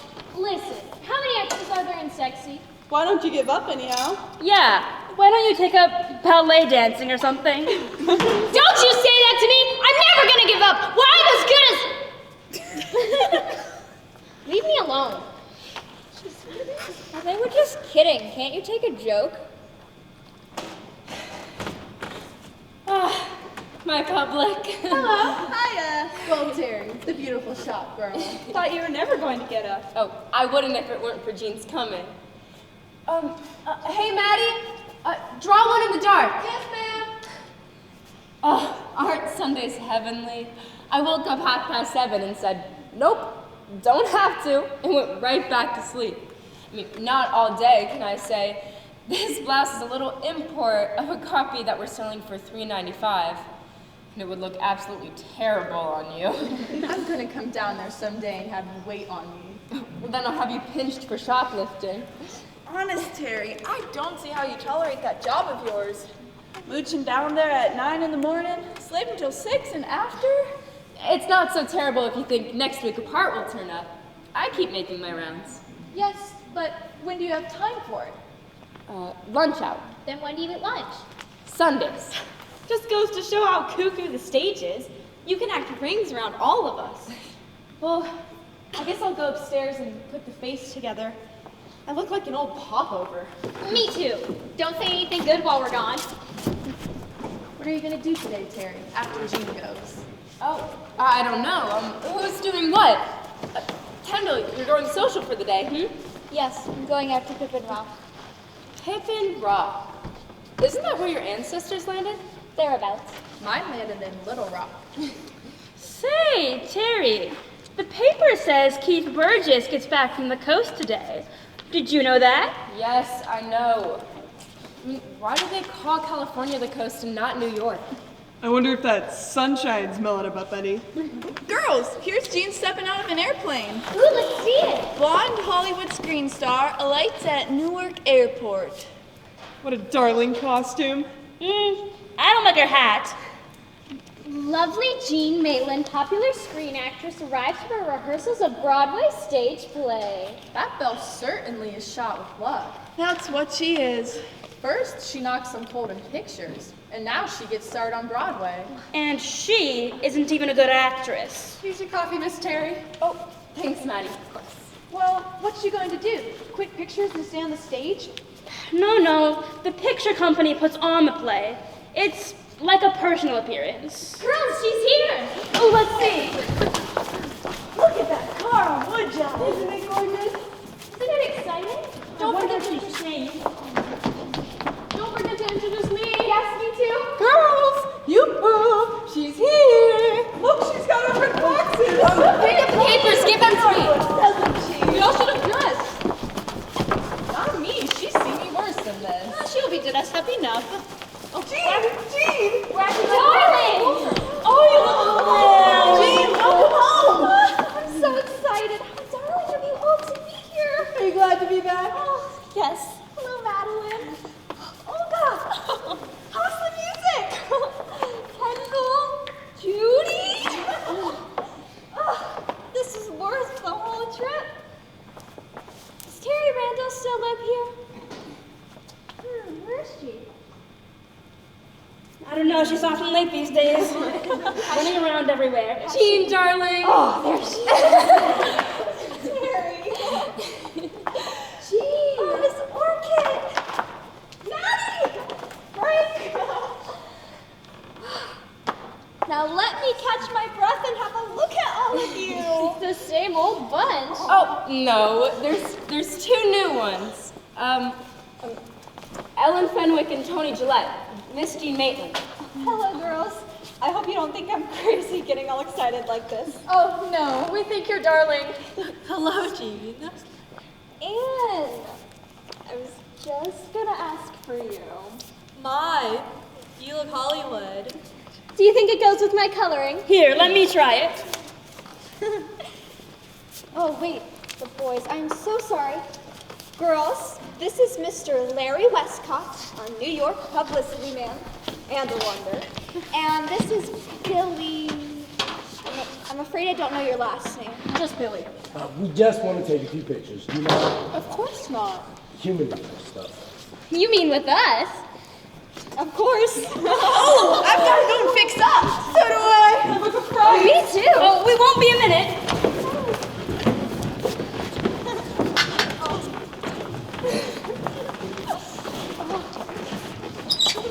Well, Terry. Well, it's just marvelous that you're doing another play. When do rehearsals start? On Wednesday. I've got a pretty strong light here. All right if I plug in? Yes, sir. I'll show you. Pardon me, Miss Maitland. You were going to ask about her taking some shots upstairs? Yes, Miss Orchid, do you mind? They want to take some stills with me up in my old room. Not at all. You know, humble beginnings in the Footlights Club. They love it. Why, yes, I'd be delighted. Oh, wait.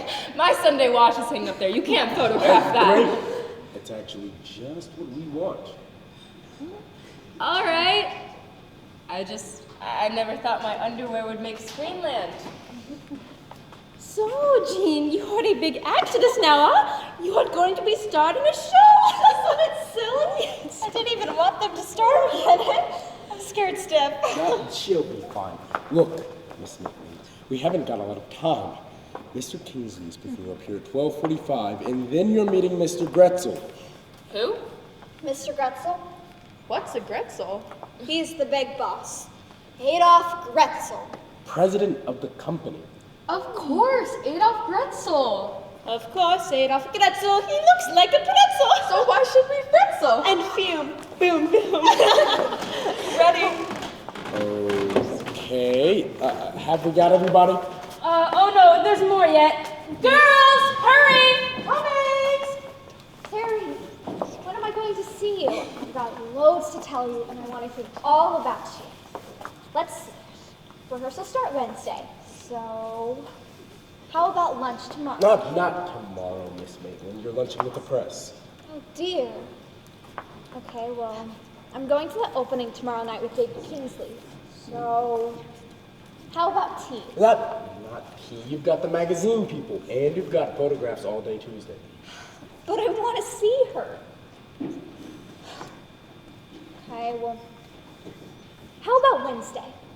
I'll get away from rehearsal and we'll have lunch. 1 o'clock. Oh, you won't believe it, but my lunch hour is 11:30 to 12:30. 11:30? What do you mean? Are we late? I don't want to keep you waiting. All right, Miss Maitland. Oh, fine. Now, before we begin, I have a teensy-weensy surprise for everybody. Ooh, surprise! Billy, will you bring it in? Bring what in? What? It's for all of you. Dear or kid. The whole Footlights Club. Look! How exciting. What is it? It looks like a picture. What of, I wonder? Papa Gretzel? All right, girls. We're ready.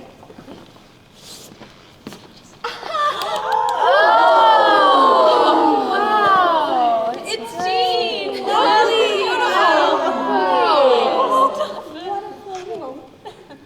Now then, we all gather around the portrait.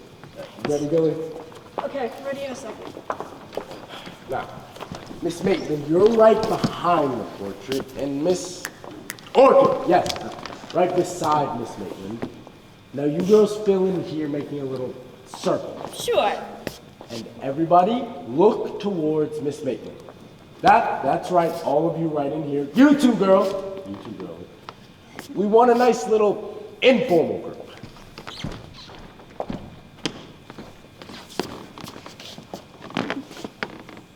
No, you all have to crouch down. Everybody, down.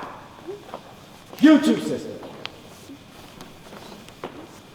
That's fine. All look at Miss Maitland. Oh, wait. Frank and Maddie need to be in it. Come on, Frank and Maddie! Sure. It wouldn't be a photo without it, would it? We want the whole Twilight Club. Now then, have we got it now? No, where's Bernice? Oh, Bernice isn't here. I'm ready. Here I am. Hey, that's my new dress. Well, it had to be right, didn't it? Come on.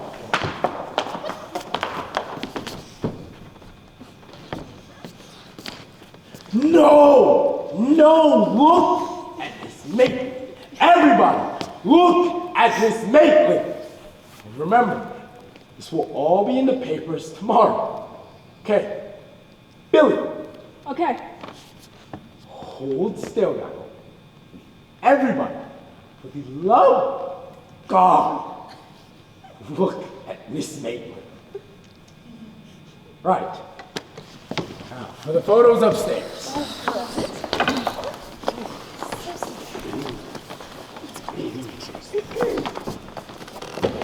Miss Maitland. Oh! Want to come along, girls? Sure. We'd love to. Now, I haven't heard a bit of club news. What's happened? What are you girls doing? Who's got jobs? Well, I have, and Kendall's working, and Judy, and let's see, who else? I'm understudying Roman Candle. And I bet you heard about Linda Shaw getting all smashed up and everything. Wasn't it ghastly? And Kay's taken poison. I suppose you heard about that. I almost died. It was quite exciting. Pictures in the paper and everything. You all using this upstairs too, ain't you? Oh, yes. Let's go. Come on, girls.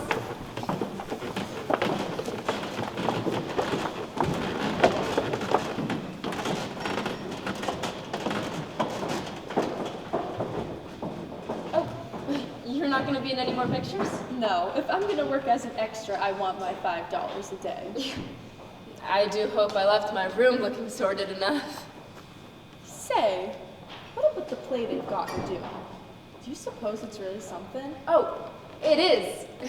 David Kingsley told me about it. He says it's a fun and moving play. Then why does he let her do it? Oh, he can't help it. They got it into their heads on the coast. It's Gretzel's idea. I mean, why do they care about the theater anyway? I think the stage is just something to advertise pictures with.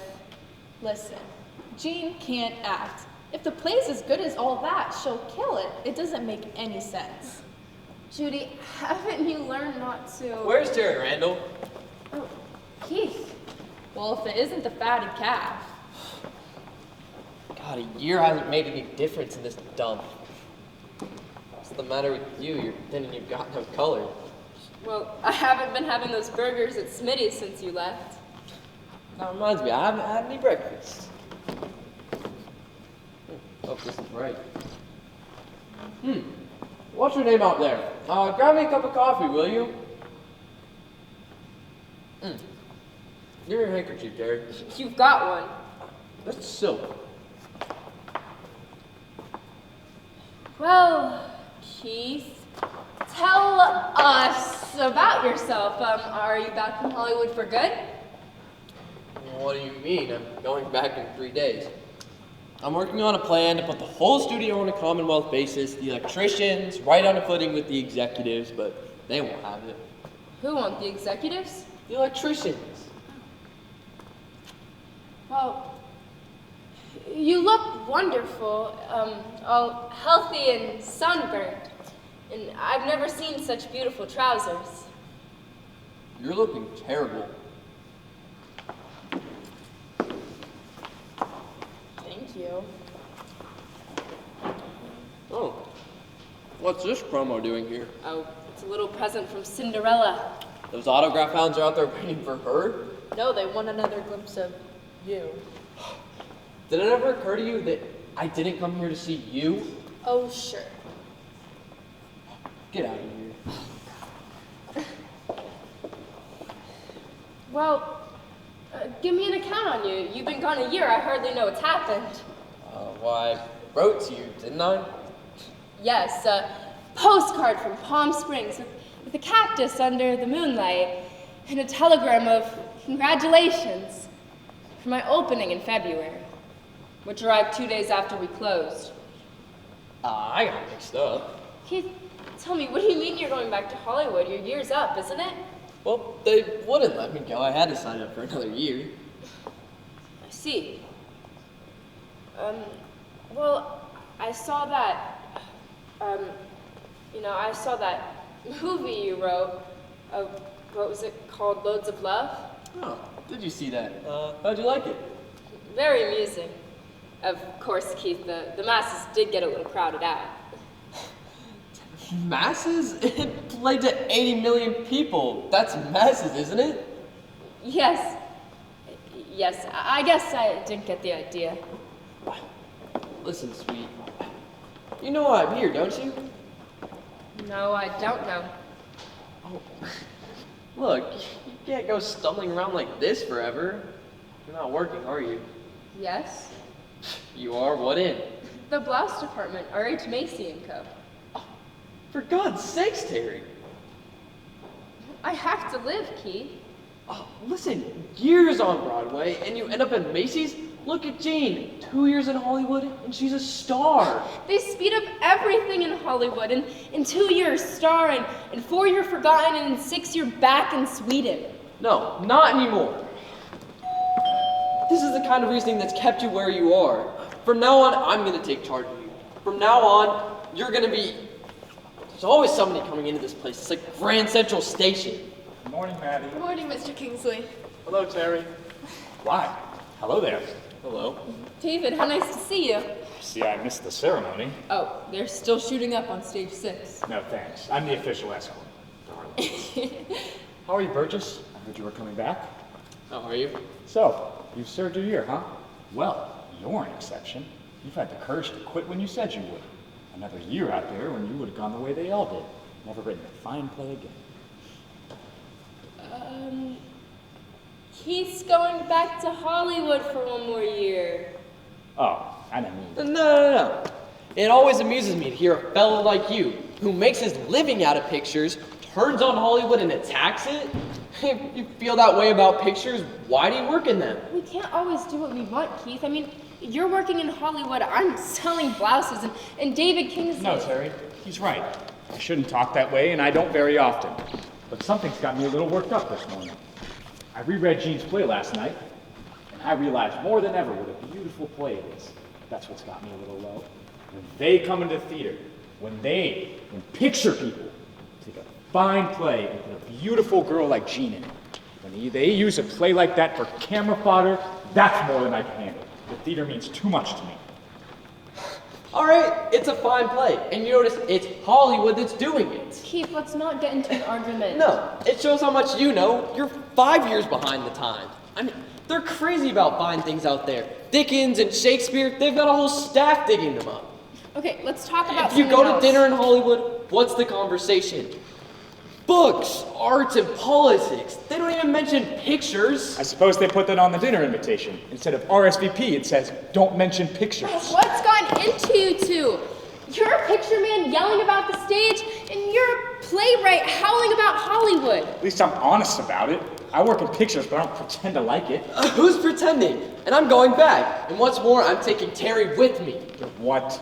Kid, don't be absurd. No, it's time somebody took her hand, and I'm gonna do it. I'm going to marry her. Terry, you can't do that.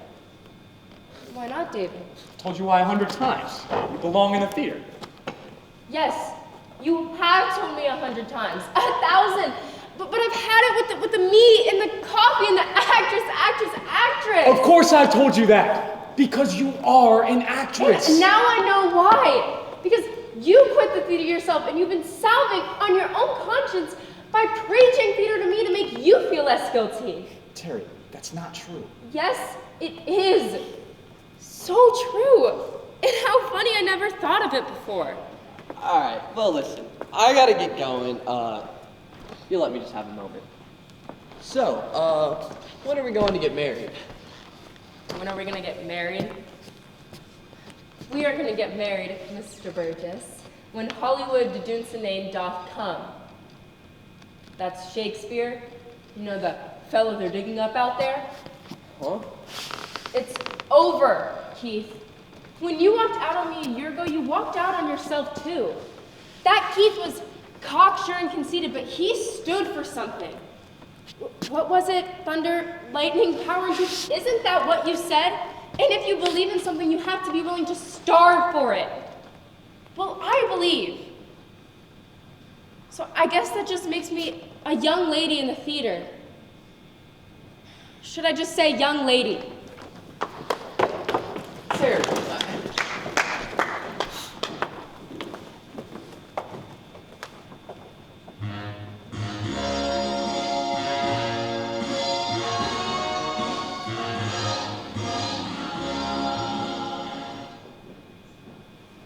Well, I didn't like the show or the cast, and I thought Laura Wilcox was terrible.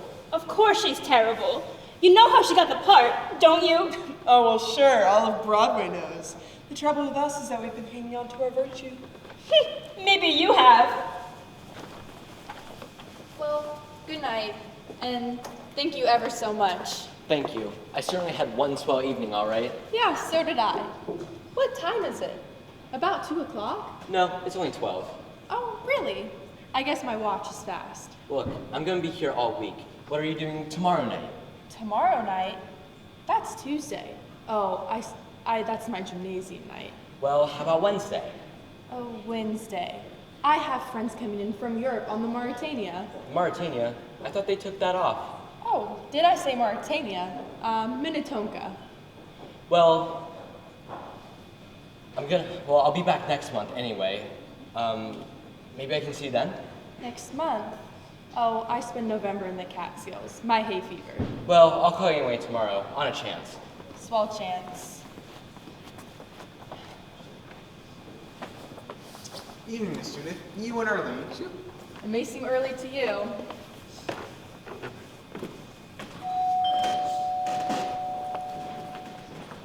Who's there? Hello, Frank. Oh, hi, Mr. Kingsley. We didn't wake you up, Frank. May we come in? Yes, sir. Yes, sir. Pardon my shirt sleeves. I thought one of the young ladies forgot her key.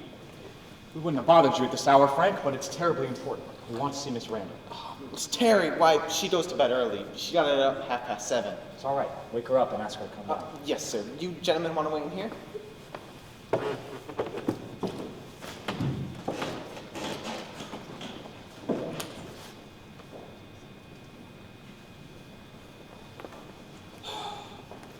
I don't like the whole idea. Fine actors don't live in a place like this. But she is a fine actress, Mr. Gretzel. I don't like the look of it. Some tells me it's no good. Mr. Gretzel, you've had this play in rehearsal for almost 2 weeks now. And you've got to face it. Jean can't make the grade. She's a motion picture actress, and that's all. But she's a wonderful actress. When she comes on stage, people will gasp. You saw that rehearsal tonight, and that's the best she'll ever do. But she's Jean Maitland. People come to see Jean Maitland. No, they won't. Theatergoers won't come to see movie stars just because they're movie stars. They've got to act. I woke Miss Terry up. She's coming right down. Thank you, Frank. Believe me, this girl's an actress. All right. An actress. Let's see her. She's got presence, authority, and distinction, and a beautiful mobile face. Just wait till you see her. She's such a great beauty, such a wonderful actress. Where's she been keeping herself? She's been learning her business. All right, well, let her read the part. What else am I here for in the middle of the night? She's got to start tomorrow morning. It's tonight even. It's a great big part. Everything depends on it. She can do it. She's young and eager and fresh. Wait till you see her.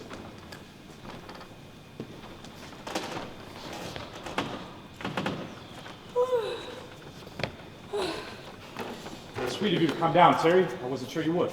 You knew I would, David. Terry, this is Mr. Gretzel. This is Terry Randall. How do you do, Mr. Gretzel? How do you do? Terry, I suppose I needn't tell you why we're here at this hour. Could you start rehearsing in this play of Mr. Gretzel's tomorrow and open in a week? Wait a minute, Kingsley.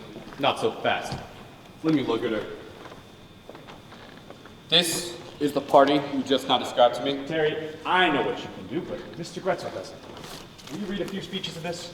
Let him hear you. Now? Would you, Terry? I'll try. How about this bit here? Can I just look over a minute? Of course. No, it's rather difficult to just jump right into a character. What's difficult? We do it every day in the pictures. Come on, young lady. Well? Okay. Look, boys, I haven't got any right to stand up here and tell you what to do. Only maybe I have got the right.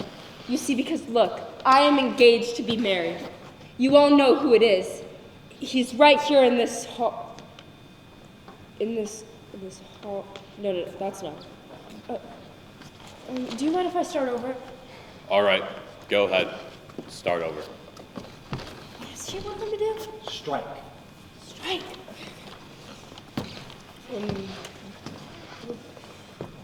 Look, boys, I haven't got any right to stand up here and tell you what to do. Only maybe I have got the right, you see? Because look, I am engaged to be married. You all know who it is. He's right here in this hall. So if you fellas vote to go on strike, why I guess it's no wedding bells for me. Don't kid yourself. I don't know what I'm doing and talking about because I've been through it before. I've been through it with my old man and my brother, so I ought to know. I ought to know. It means hungry and maybe cold and scared every minute. Somebody will come home with a busted head. But which would you rather do? Die quick fighting or starve to death slow? That's why I'm telling you, strike. That's why I'm telling you, strike. I can't do it. I can't. I won't go on. You're a fool if you do. You must excuse me. I'm a plain-speaking man. But, in my opinion, this young lady is not anything at all. Not anything. But Mr. Gretzel, that's not fair. No actress can read under the conditions like that. It's not... You wouldn't understand. All right, I don't understand. But I understand my business, not even what I see. So say goodnight and thank you. I'm sorry, Terry. No one could look a great actress in a bathrobe, slippers, and Mr. Gretzel knows only what he sees. Are you working for me or against me, Kingsley? I'm working for you. What are you going to do about this play tomorrow? I'm going to throw it in the ash can. All I wanted for was for Jean Maitland, so she can make a picture of it. All right, she does something else. I can get plenty of material. It's incredible that anyone should be so stupid. Mr. Kingsley, you are out! You're from here, my lawyers in the morning! David. It's all right, Terry. Gretzel, if you've lost your interest in the play, how about selling it to me? Get Mike to the theaters, eh? I might. Will you sell it to me? How much? It's just what it cost you. All right, see Becker in the morning. He'll fix it. Deal? Good night. Good night. And I'm the stupid one, huh? David, you mustn't do this for me. It's all right, Terry. I'm not one of those boys who puts on a play just so his girl can act in it. By the way, you are my girl, aren't you? Yes, sir. I just thought I'd ask. You know, I've had a couple of pretty nasty weeks since you drove me out into the cold. Weeks? It's felt like years to me. I'm sorry, Mr. Kingsley, but this is against the rules. Oh, Miss Orcutt, it's the play. My apologies, Miss Orcutt. This may look a little strange, but I came up on business. Frank said there's another gentleman. Oh, he's gone. No, Miss Orcutt, I'm going to do the play. You're tearing my child. Darling, it's hot. You must get your sleep. Good night. Good night. 11 in the morning, music box. I'll be there. Terry, dear, I'm so happy for you. Aren't you thrilled? It's like when they came to tell Victoria she'd be queen. Oh, dear child. Well, now you must run along to bed and get some rest. Oh, no. I must learn my part. And I must have a room all to myself and quiet. Please, Mrs. Orcutt? I'll see what I can do. Thank you. Now that I am queen, I wish to have a bed in a room all to myself.